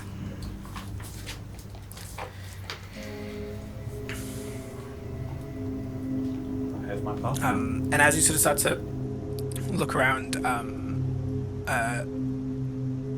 Rockram is still standing there, and they sort of look at you and say, "Well, my job here is done. Unless you're looking for a bit of fun, I'm going to go find my own." Sort of lets that question hang in the air. Like, heavily insinuating. Fun could be nice. Mason's just behind it, pretty like. And there's this owl just circling at the top, like, are they gonna murder? Is it gonna be murder? Is it murder? Fun sounds good. Brilliant. Follow me. And as you sort of No, Hassel, follow we're Rockram staying. off to- We're going back. We're not staying. you follow Definitely not staying. Go. and as you follow Rockram back to their place, effectively, we'll take our next break. So the next morning beckons. If there's any other activities over the night that you guys would have wanted to complete, let me know. But yeah, otherwise, yeah, look at that. Get rid of that exhaustion. Proud of myself. Not the hangover though, but No. exhaustion. It's a 4-day hangover. Yeah. Yeah. No, it's just everything catching up from the past 2 weeks. Yeah. You get hit with 14 hangovers at once. Ooh. Oh god, that sounds I horrendous. think you just die. I'd rather die. Here is a dinosaur egg omelette and 37 pounds of bacon. Yep, that'll do it. Yeah. Get some Absolutely. protein in there. Cool. So the next morning comes and Callian is. Are you staying for breakfast or? I don't know. Well, actually, when you get up and come out, the house is empty and there's a note saying It's just a thumbs up. you can. Get the fuck out. Yeah, well, there's just a note saying last night was fun, but if you can close the door on your way out, it'll lock itself. Cool. I go home for breakfast then. Sweet. Yeah. So you leave and head home for your breakfast next morning. I will be cooking breakfast for Hessel, who's unintelligible. Excellent. I have Yeah. much intelligible Tilly. Yep, exactly. Yeah. And I will just, Yeah. I will assume that I'll probably be cooking extra for Callian, which ends up being Cool. the case. Sweet. So you I'll make cook- use we'll of cook your breakfast for everyone, massively sized obviously, kitchen but specifically and vegetable. yeah, and cook a nice breakfast spread for the rest of your troop as everyone Hell yeah. slowly makes their way to the table from one place or other in the Apex. Glad you're not dead. Not dead. So your quest went well then? Yes. I've got a direction for the next trial. Whenever we Cool. Right. I was trying to determine whether or not you were going to be murdered for most of your conversation. Wasn't listening in, just looking from above. It crossed my mind really. There was a cliff. Was that the name? No. So are we going out into the desert today, or is there a time limit? Even if there is something.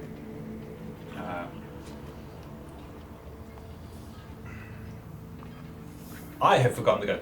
Wheat is first. Oh, Donald, yes. Mr. Wet. Right. You were acquiring some supplies yesterday, is that right? Yeah, got a few things. So for both this and just in case for Faye. Right. Not entirely sure what to expect, so I've still got around about £370 worth of space in my bag of holding, should you need room to store anything. noted. So remind me what level you guys are again? 9. 9, Level 9. which we hit just after the circle. Yes. Yes. Sweet. Carry on. Yeah, I have an extra explorer's kit, which was the climbing gear and stuff, I think. Yeah. Oh yes, that is true. Because Yeah, yeah, yeah. when we went up on the goats Yeah. up the mountain, we weren't sure if we needed like Yes. climbing gear. So That's we have that at least. Right. So I'll probably store like I've got too many arrows just in case, so I'll probably store some of those in a bag of holding, so I'm not carrying around. That's For anything, 6 pounds of arrows. That's not. That's not bad. For anything that we need less, like slower access to, we can put in the drawer, which seems to be a larger space. That is very true. Pretty sure I've still got some space in. Yeah. The question is, what about the egg? Your bag's a lot easier to access than the drawer is, so things that need closer access can go in there. I also think that was a physical contact, so it may be better to find some way to strap that to you, either in your backpack or its own Yeah. egg harness. I am gonna put it in my backpack, but just like bundle the fuck out of it. Basically, there's not gonna be anything else in the backpack besides the egg that has been wrapped up in probably the fancy blanket that I have. Cool. And everything else will just go in my bag of holding. Sweet. And I'm just like, listen to me. Do not hatch while we are out in the desert, please.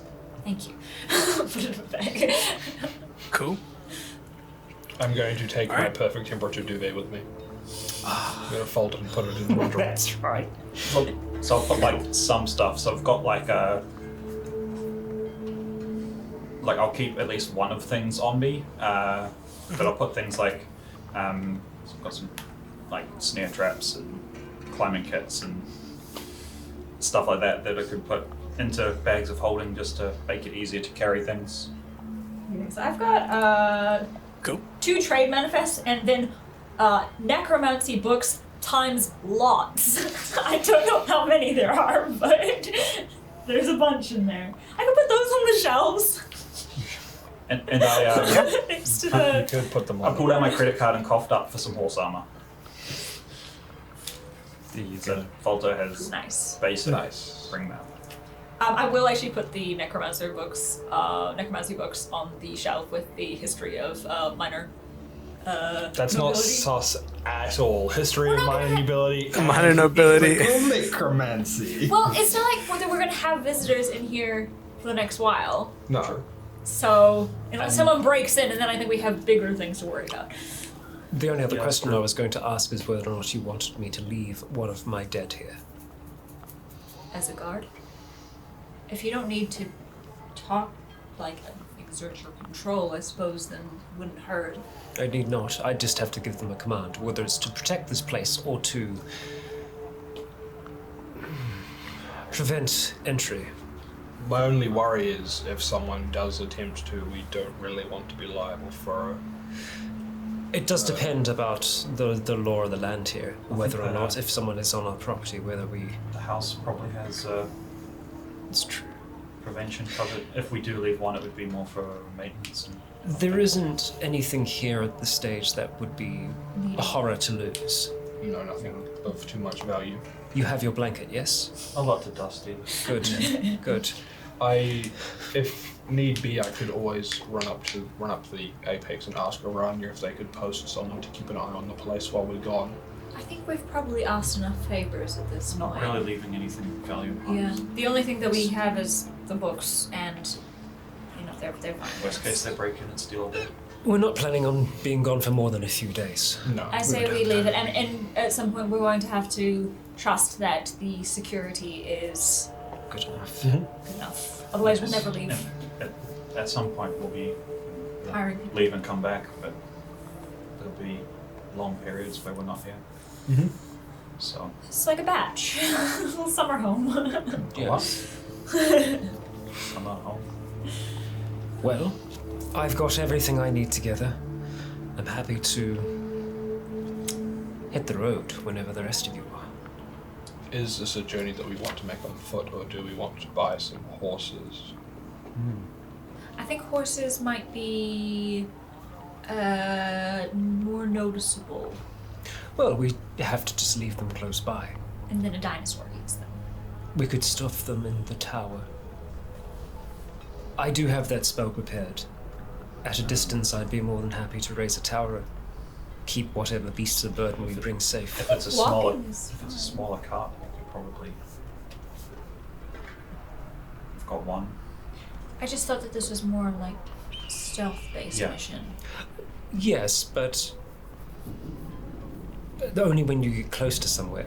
If you were to approach Azrael cars with horses from a distance, you wouldn't notice those horses until you get within the city. Just like looking, we got like a sort of general area where it was. Yep.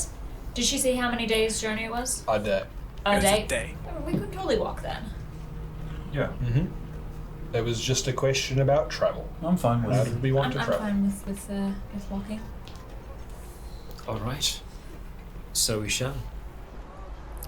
Right. So as you gather all your belongings and head out, you leave your keep, and as you leave, the door closes, and as all your 4 keys along with are with you as you step out, you notice that the gate has this little latch which closes behind it, signaling that the house's defenses are engaged.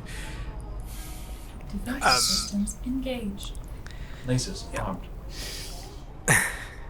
And then you head down from where you are in the apex to get to that part of Asgirl, to get into the hunting grounds. Effectively, you have to go through the base of the apex. Off to the east, there is a gate that leads into the hunting grounds, and beyond, effectively. So as you approach, you can see not a lot of people use this gate.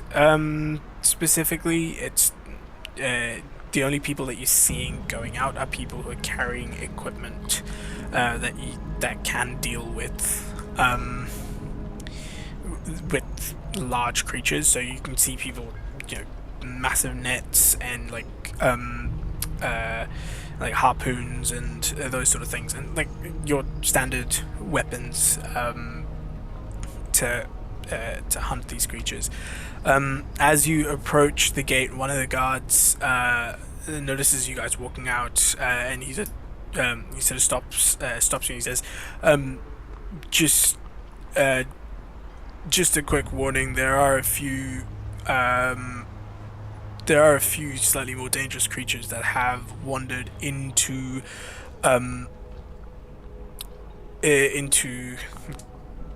the nearby hunting grounds. When he says nearby hunting grounds, you're aware that it means that, like, the hunting ground itself, it's got sort of sections to it, where like the wardens of the hunting grounds effectively keep watch and make sure that the creatures from the sort of sections further off don't wander into the nearby sections, so as to make it so that the nearby sections of the hunting grounds are places where people can go, and they're not very difficult to You're capture keeping or kill the or hunt area these creatures. labeled. Yeah. Exactly. There is Scaled. Yeah. effectively. Any So the deeper you go into it, the more dangerous the creatures become, and yeah, the more danger there is to you as people. anywhere specific to avoid? Yeah, the southeastern part of the border between the first and second section has been breached by a couple of larger creatures. So keep an eye out on those.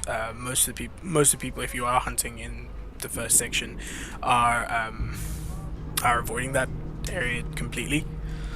But yeah. Thanks for the warning. Then he sort of steps back as you head out, and as you head out, it's like as you sort of start going further and further into this area, it's like you can feel the sun a bit more, just because it's more like the barren, cracked earth, wasteland kind of stuff. Perfect temperature for me. Yeah, and you can sort of see quite far.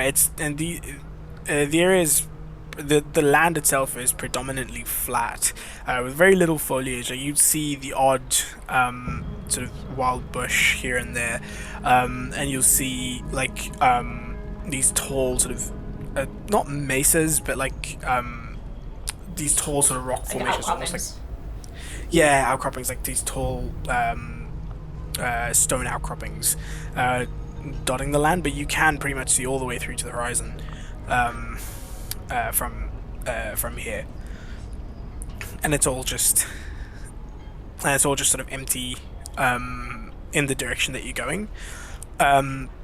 So behind you, because you're going that sort of south. It's We're going not east. south. It's the Southeast. eastern direction. Yeah. Yeah. Yeah. So you're going that similar to southeast direction. So sort of behind you towards if you look behind towards the apex, you can see the mountain range, that sort of overcomes the horizon there. I love that we talked to the guard and we're like, any place we should avoid? He's like, don't go southeast. I'm like, all right, cool, thank you. Head southeast. Yeah. And he's like, okay. His job was to issue the warning. Whether you heed it or not is on your head. I will. How far out does the hunting grounds extend in terms of like potential travel time? The hunting ground itself is probably like if you were to go the entire region between here and the jagged plains, effectively, is hunting ground. Okay. And that's just sort of spanning the entire length of the continent. And it's so again, it's basically the further you go from this gate, the more dangerous it becomes, irrespective of direction. I will,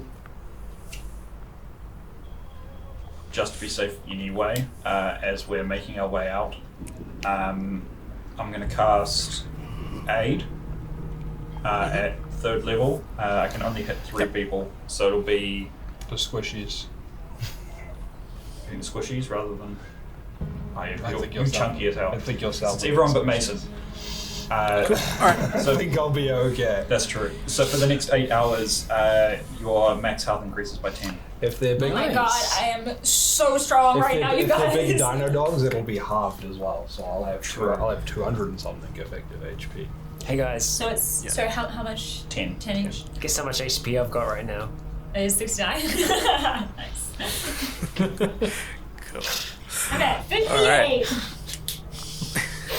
Sweet. So you guys head off, and your journey begins. So for the first half of the journey, I want someone to roll me a D100. I can do it. Just anyone D100. roll it. Here you go. Yeah, I have 103 health. 49. Okay, yeah. 49. Cool.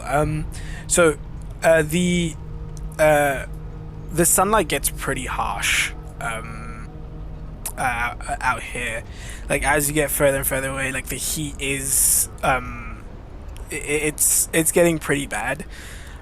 So if any of you don't have resistance to heat or fire damage, etc., I need you guys to make a con save against exhaustion. Yeah, I've got cold resistance, so I feel like this is even worse for me. We've been because through it's this like- in the desert before. Yeah. I'm doing great. I assume everyone's like within 10 feet of me. Yeah. Yeah. So you get a That's plus right. 4. Thank you, Callian. Paladin aura. So I don't have Why to weren't roll. you close to me in the bar? He was, he just didn't give it to you. He excluded you from it. With the fire resistance, I don't need to roll, or? Yeah, if you have fire, if you got resistance to fire damage, don't worry about it. So you said con save? You're comfortable. Yeah, con save. You can take out your blanket? You're trying to I be. could do. You're just trying to be a 12. What was the plus? Plus 4? 4. All right, so that's a 10 for Hazel. Yeah. So close. 10 for Hazel. 10 for Hazel. Okay. 24. And Mason. Sweet. Hustle's just sweating. Mason, Callie, you're fine. This is it's a bit hot and you're sweating a bit, but that's all right. Hessel, you feel severely dehydrated. That hangover from last night Even more so. is feeling horrible. Your Do you have eyes this- feel like they're stinging. Your skin feels like it's on. Your skin feels very uncomfortable. It almost feels like your sort of sweat isn't cooling you down as it should. And yeah, so you take a point of exhaustion. What I will do is I will try to chill my hat because it's non-living material. The hat, not the crown, because Yep. I think the crown is slightly Yep. living. So So I'm 1 going to- cubic foot. Yeah, Non-living. yeah. So I'll be. That's cool. I'll be concentrating on that. It lasts an hour at a time, so I will attempt to. Here's the important question. Does Hassel So- count as non-living material? He's still alive. Undead and non-living are two Undead, different things. yeah. Oh, right, he is kind of undead, huh? Yep. Yeah. But yeah, he'll keep his hat cool to help alleviate that So in the future. Yeah. So going forward, it might help you a little bit, but at this stage, you do have a point of That exhaustion. is okay. We just got from rid of the that once. It's okay. I'm used to that. One's better than two, because two Yes. One's definitely better than two. Yeah. The cool thing I realized is while on my steed, we can Misty Step together. Aw, Oh, that's cool. cute. Because Misty That's Step really is, cool. on me and it also casts it on him. Teleport. Nice. Boing. Cool. So that's the sort of first half of the day. The first half of the day of travel. And at the end of that first half, like you've made it about halfway through. Your pace is fairly strong. It's not, your pace isn't affected yet because you're not, as you guys aren't exhausted. Can someone roll me a d20, please? I got it. Hey, here we go. Hey, you've rolled 14. higher. That's like 10 more than your usual amount. Yeah, it is. Turns out that we needed a low number. Yeah, cool. I was going to say that. As you're walking through, and this is a fairly flat bit of land, you notice that there's like there almost seems to be a natural sort of bowl, sort of a landmass in front of you, like not raised, but like the ground is sort of almost bowl, as if there was like a pond or a lake or something like that here, but it is currently empty, dried up. And as you sort of walk up to it, you can see that at the bottom of this there are like there's a sort of heap of what look to be bones, just at the bottom of this pond. How steep are the edges of it? Is it relatively you steep, can- or is it kind of like a lake? It sort of comes in like a lake a bit. It's gradual, so it's not like you wouldn't have to sort of jump not in like kind of thing, but you would have to be but you would still need to be careful because there is still sort of loose dirt and dust on it. So if you're going down, you'd have to be careful. Important question. This is basically what you see. Recent bones or sun bleached bones? Sun bleached bones. Not like meaty. As we're kind of walking past, Hessel kind of peer out underneath his hat. I could do with those. Maybe on the way back. How big are the bones? What kind of creature is it? It's an entire it's an entire heap of them. You like not something you can carry in your backpack kind of thing. No, I'm looking for like weight of bone type thing. So more like a this is out of place pile of bones, not a couple creatures that have died in a heap, or Yeah. This is out of place pile of bones, or like Something's piled. or bones sort here. of Yeah, okay. yeah. It's That's been a piled. meal. that's a lot of meals. Yeah, on second thought. Yeah. Are there Prints. look around for tracks, particularly big tracks? Is there a really Survival flammable check. Is there a really flammable goo everywhere? And it's one of the, No, it'd it's be not one of the really snail flammable hives, goo which is made of everywhere. bone. It's 16. 16. You don't notice tracks per se, but what you do notice is that there are just looking from where you are. So there are no real tracks around here, but you do notice that in the center of that sort of pile, there is a bit of a shape or an imprint, in the sense that it looks like something sort of sits upon it, but isn't there at the moment. And just to be safe, divine sense. What's the radius on divine sense? 60 feet? Do 60 feet. You are getting you're getting an undead sense off of Hessel, of course, and there is an undead, and then there is an undead sense coming from the pile of bones. So that's Avoid it. definitely your kind of friend. Those bones are Something down. interesting. Do you know of anything that nests in bones?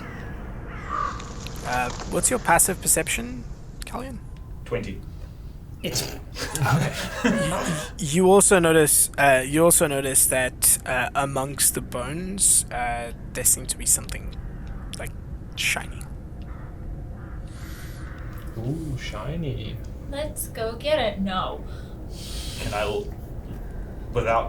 staying where we are with the spyglass, take a better look at it? Yeah, you get the spyglass and you look, and there's definitely something, like, you can't make out exactly what it is because it is buried within this pile of bones, but it seems to be something gold, about that big, size of about a melon. Alright. So there's something hoarded down there. Something not bone. If you so desire, I can raise from the earth the remnants of those that have once walked these plains, It's a lot of words. and I can join them into something larger and have it march down there and investigate for us. It would take me not more than a few minutes. I'm fast as fuck, I can just run down there. Yeah, you could just scoop. Just zoom. No telling. If there's one thing, there might be more. But there's something down there. If there's an undead presence down there, then there's something that has some form of awareness.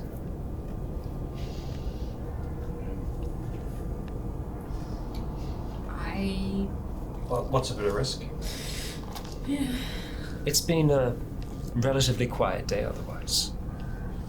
We're just like, we want to fight something. Cooped up in a city too long. It's been like 2 days since we had a huge fight. We literally did a whole thing. Yeah, but like that was so fast. Like Just in case, I will there was a prepare. mortal peril. And I'll No, we should. Okay, well, you know what? I'll take I'm the not bag. numbered here. I'll take the bag of holding off, and I will just turn it inside out as my 4 remaining skeletons Add to the bone pile. clamber out. Yeah. Wait, didn't you And- put something else in there just like recently? Yeah, probably. Let me see what's in there. Oh, yeah. All the guns fall out as well. Yeah, you can just pick up Exactly. That's what I've been training them to and do. all of the ammo. Except- Just scoop all They- the as they- There's 2 extra guns that clamber onto the ground. I have this mental image of a 'Cause there's pile 4 of guns and 6. bones falls out. Then the bones start assembling into things, and as they do, the guns like move grab- up yeah. the bones as the arms come out. or the hands form Absolutely. as they're forming and grab the gun and just slowly move it up over They don't even really need to have like Yeah. their whole hands. They can just be like a bone and then a trigger just finger. finger. Yeah. And as those 4 Guns are out of the chest with a second set of arms out the chest holding them. as those 4 rise up, you see Hessel's hat just kind of flex ever so slightly, and he just kind of digs his fingers down into the kind of rocky, sandy terrain, and I will start to take the create action. So on each turn that I do this, 2 dead are going to crawl out of the earth to like. We're gonna have like Triceratops heads and shit, man. There's going to be some weird shit coming out of the sand. I still don't know if I can get used to that. And so the idea would be to raise 6 of them, which is the total that I can do at this time, and then stitch them together at that point. So effectively it'd be just trying to spend that time bringing them together into a larger form while these 3...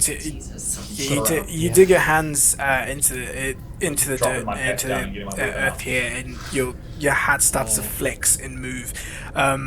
And you see, like, at first, it almost looks like the sand itself is forming into something around Hessel, but then you notice that it's not just the sand, it seems to be something coming out of the sand. It's these little shards of bone, seemingly like crawling out of the earth, sort of fusing together to form these almost very similar to like those.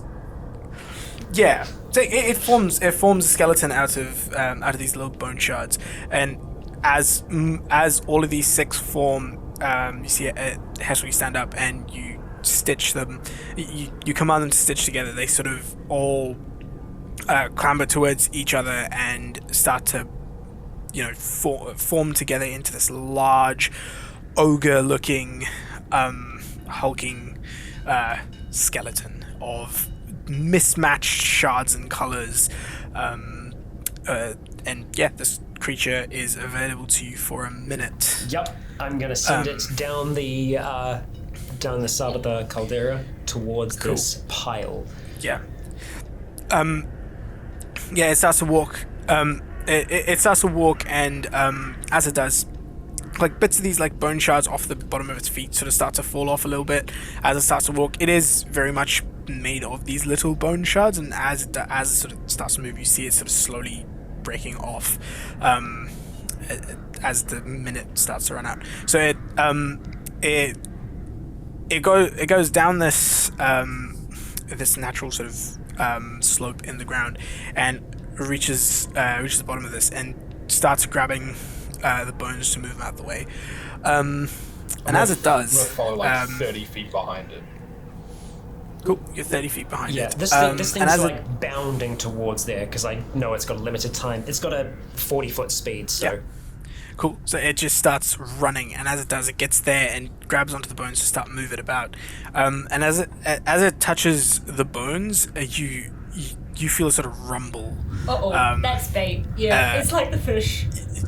Yeah, you feel the rumble, and as you do, those bones, that sort of pile of bones, they start to shift and move, and almost like sort of a sinkhole starts to appear within the middle of it, and from within the bones you see three rather long spinal cords sort of stitch out of the bones themselves, almost like tentacles coming out of this bony sarlacc pit almost, and you see other bones, these sort of large, almost serpentine looking skulls start to climb up to the top of these spinal cords and attach themselves.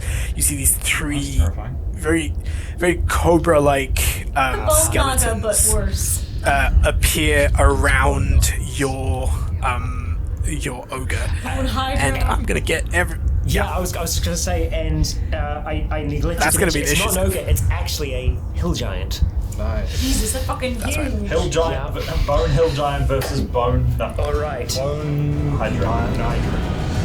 So, as these creatures sort of just come out of this bone pile and surround your hill giant, I'm gonna say it took it about like a good 10 seconds to get down there.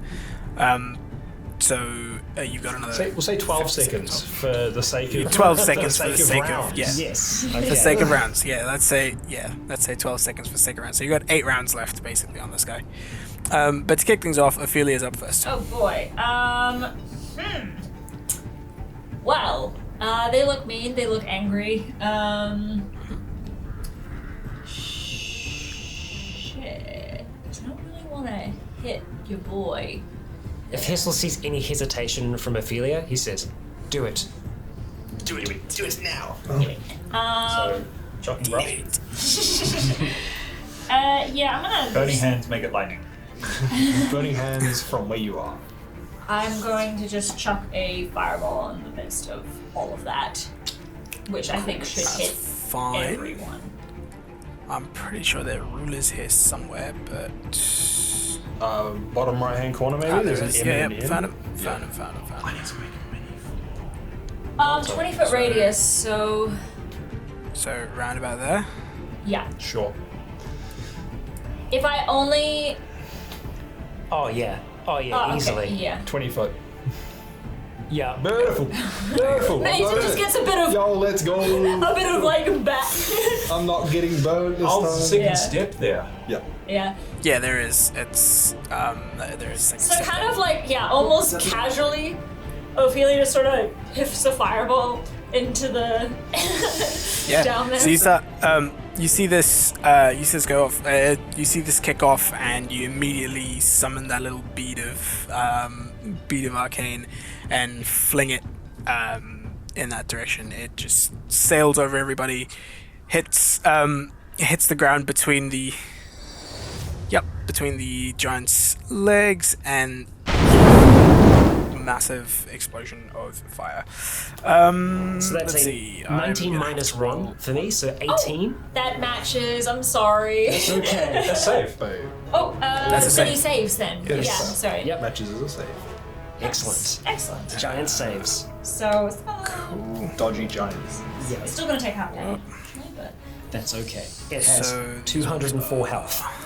okay. You know what? Jesus. I don't feel bad. Do you know why? Because Callian gave me aid, and those skeletons are half of my HP, and when they stitch together, it stitches together all that HP.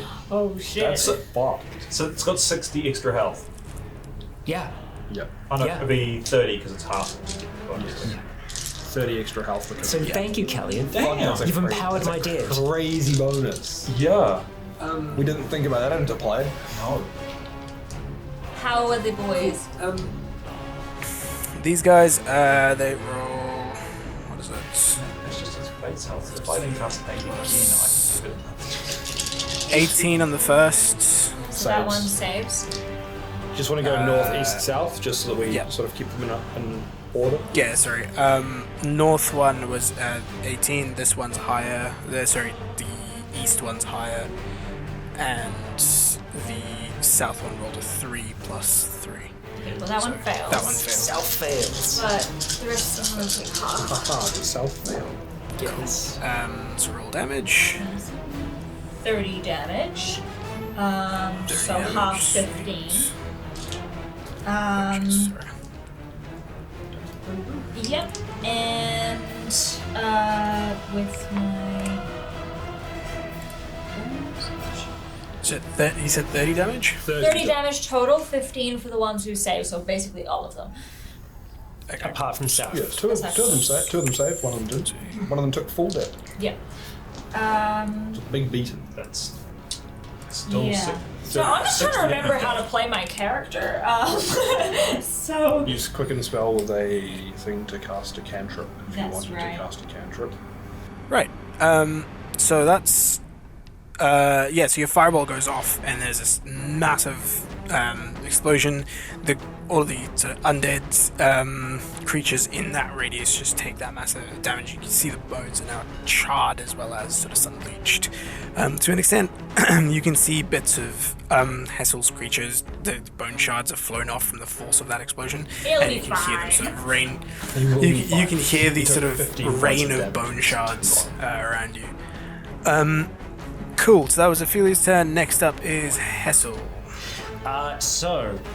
It's going to be Hessel's turn first, and then after Hessel, Yep. it's going to be the rest of the Creatures, dead. And Summon. Hessel and the dead boys. yeah, so seeing things going pretty well from that first attack that Ophelia just did there, Hessel is going to follow lead and launch a fireball out towards Oh, them. we could have done it together. It's fine. That's okay. Actually, no, that would have been double the Jumped in radius. front of me. So Hessel sends out this green bead of arcane energy, speaking Ignis into the air as it flies out towards them. I'm gonna roll for my my big boy.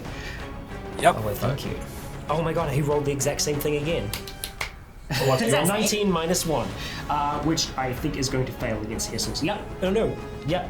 Nope, he fails. Yep. Yeah. No, he fails. The DC for this is 19, and so I need all three to make a roll for me there, V. So the north one is 16 plus 3, so that's 19. That saves. The east one is 10 plus 3, 13. And then the south one is natural 20. Succeed. Ooh, so that was a success from all of them. On there. No, one of them wasn't. Except different one for failed. the one on the Okay, east. right. So I rolled quite damage? possibly the worst damage you possibly could for a fireball. Oh, pretty close. That's pretty close. 6 points. So many ones, 8 so many points of damage? twos. 15 damage. That's the full damage. For the ones is that- 15. Okay. So Halved. this guy takes 15. You know what? It's damage.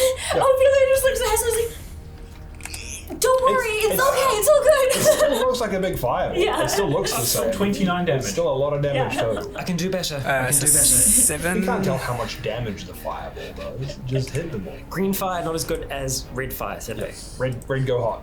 Yeah. This weird eyepiece that Rogue guy gave me tells me exactly how much damage. The scouter, yeah. He knows. He tracks. Ophelia knows. What's my damage? What's my overall damage? What's my DPS? Rogar definitely has a damage meter. What's my percentage of the boss's health?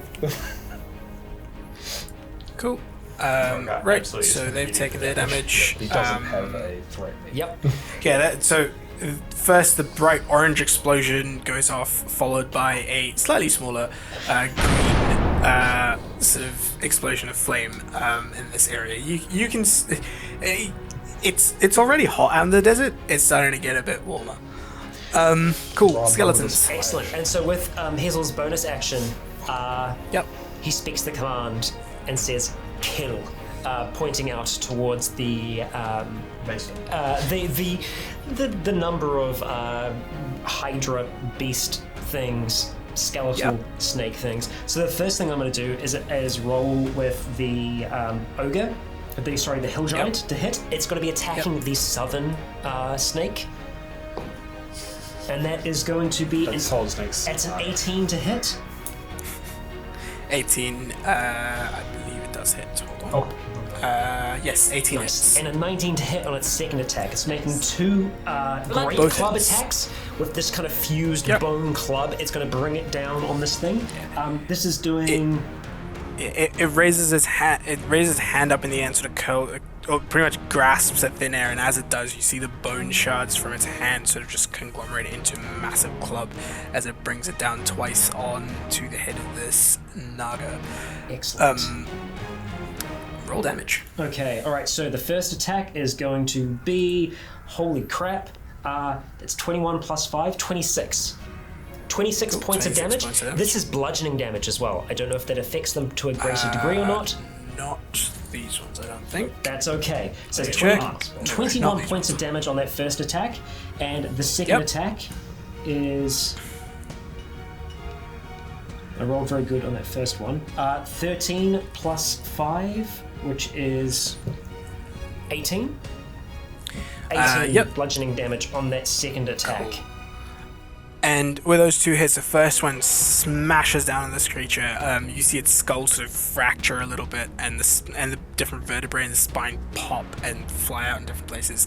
It was looking pretty rough on that one, and then it brings the club down a second time and just smashes it to the ground. Shards of bone and ribs and vertebrae just go flying everywhere. This thing is dead. Fantastic. Great to hear it. As that one drops to the ground, there is a volley of fire that erupts from on the hill. They are rolling with disadvantage, and they do not have proficiency with these weapons. So, It's okay, Mason can dodge. so good luck, Mason. So let's see. You're aiming for a 15 to hit. Aiming for a 15 to hit? Okay. Alright, first one misses. Second one misses, 2 sevens. Plus 2. Okay. Second one, third one. just hits. Third one. Sorry, third one just hits. Cool. And last one misses with disadvantage. So 1 out of the 4. The one hit. 1 out of the 4 Which hit. one of them do you want to hit? We're going to hit the northern one. Cool. The Northern Naga. Northern Naga. Damage. And the damage on that is going to be... That's 10 plus 6. That's 16 points of damage on that as one 16 of the blunderbuss points of shots damage. finds purchase. Yeah. And then they drop them. You just see them drop them to the ground. Sweet. You hear these 4 massive sort of as the shots fire, and then you hear the guns sort of clattering down onto the ground as bullets rip through the bones. That one bullet rips through the bone. That is this Naga. Cool. Fire for effect. With that done, Callian, you're up. Alright, I'm gonna move just down to drop down to the next ledge. Cool, so that's 5, 10, 15, 20. Yeah, and from there, with my bonus action, I'm gonna cast Divine Favor, and just put two arrows into the east. Bone serpent. Very nice. Sweet. You cast Divine Favor, put the 2 arrows into your into your bow, and as you draw both of them simultaneously and fire. Should have done them one at a time. A nat 1 and a soft 20. Oh, hey. Yeah, the nat 1 just goes clean wide. The soft 20 hits. Bows don't work like that. Yeah. Do I need to break radiant damage off from this? Let me tell you. No, you don't. Cool. Then that is 13 damage. Cool. 13 damage total.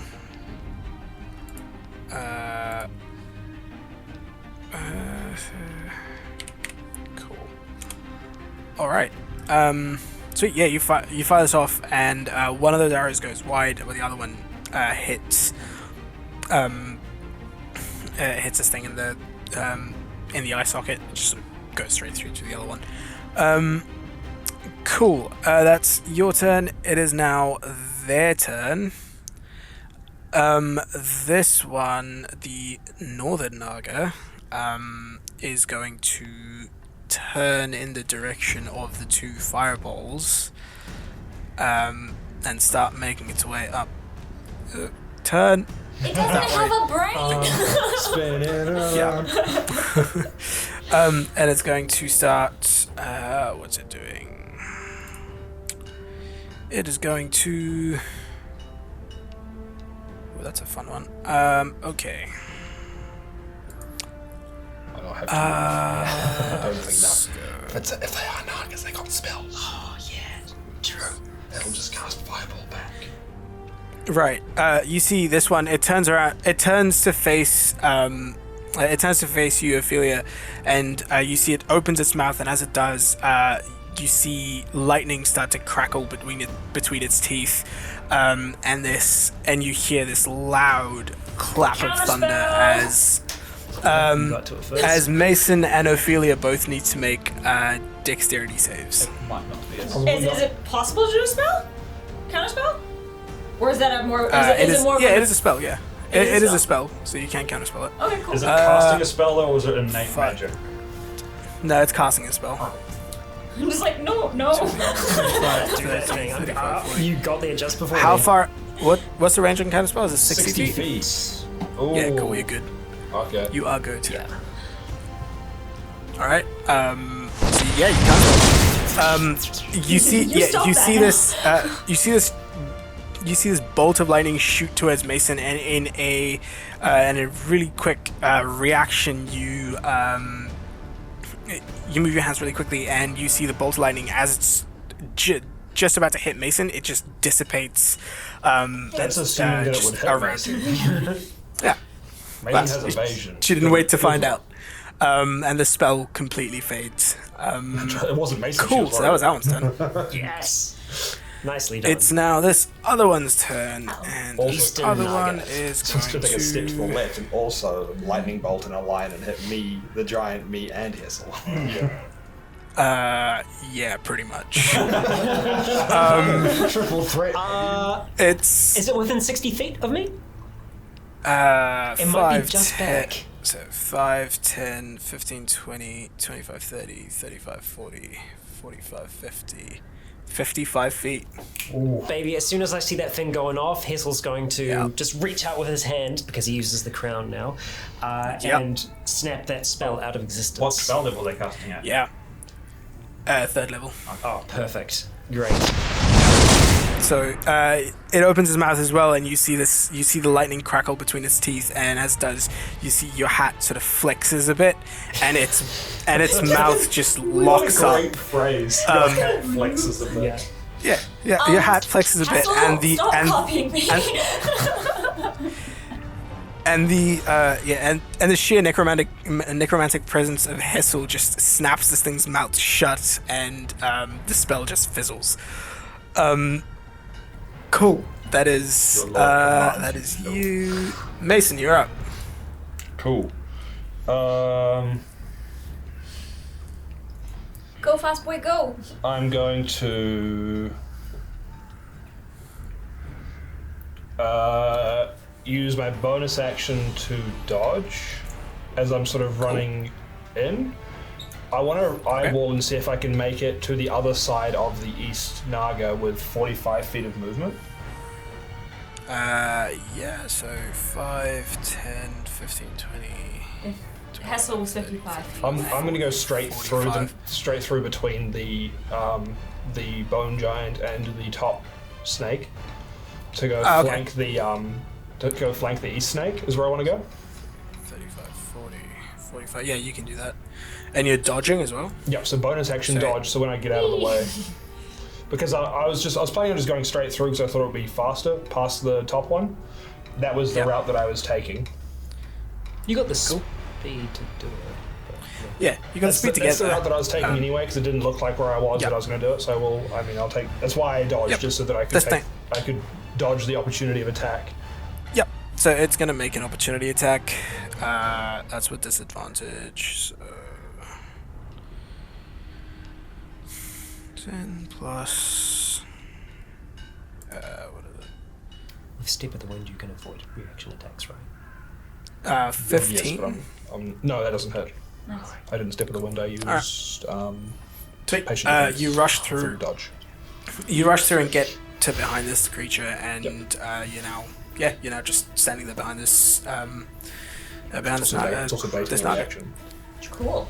What else are you doing? Is there So anything else? from or- there, I'm going to. I've got my longsword drawn in Yep. both hands. I'm going to sort of spin and take a slash across the back of the snake with my longsword, and then I'm going to come around and just sort of roundhouse kick it with an unarmed strike for a second attack. Sweet. So the first attack Roll to hit.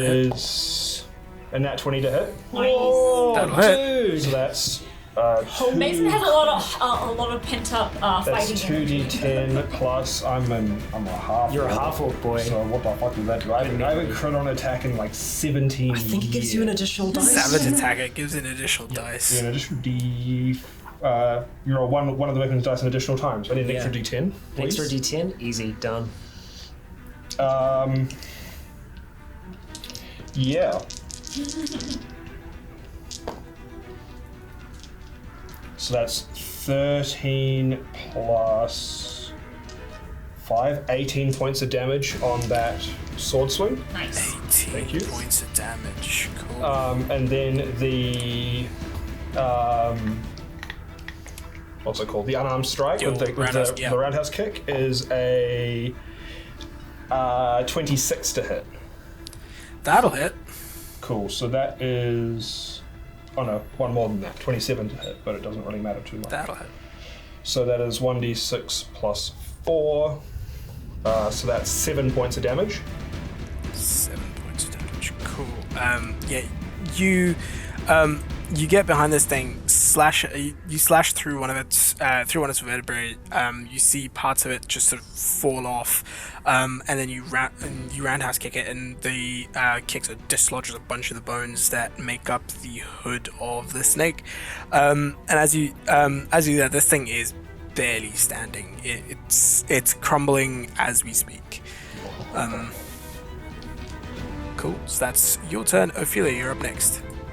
Cool. I'm just gonna do a little firebolt at the eastern snake. Just gonna Sweet. pass the boy there, and just 1 second. Let me roll to see. You coalesce the 20? remnants of your fireball. Firebolt. You coalesce the you coalesce the remnants of your last fireball that just went off, and turn that into a little bolt of flame which you shoot off against this thing.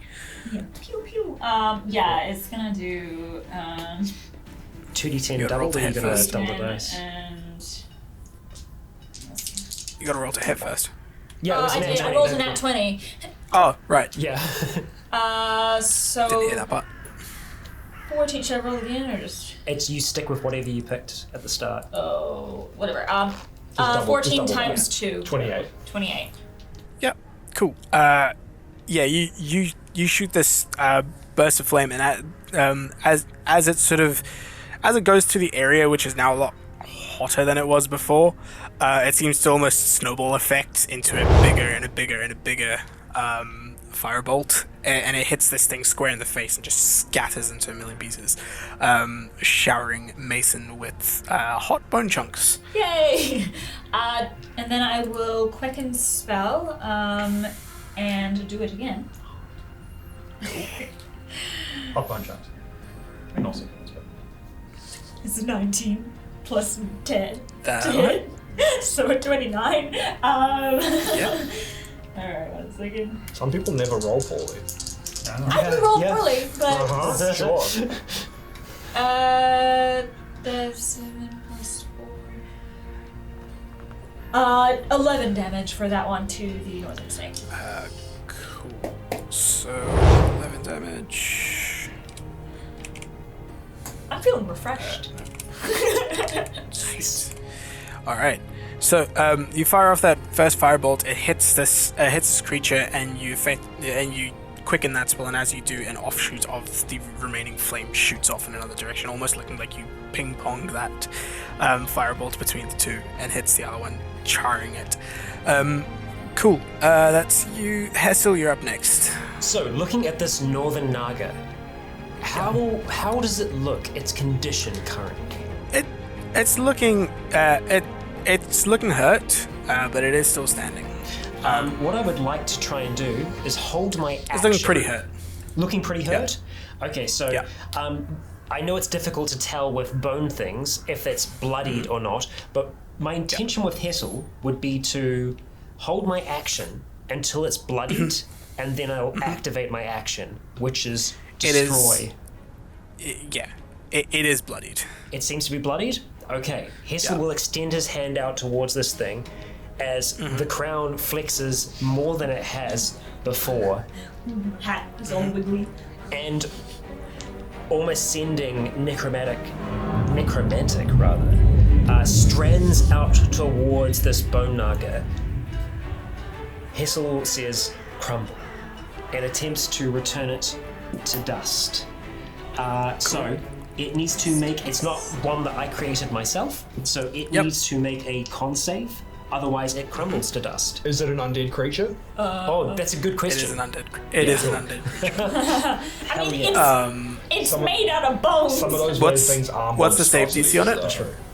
What's the story? What's the save DC on it? 19. 19. Cool. You hold your hand out, and the crown, it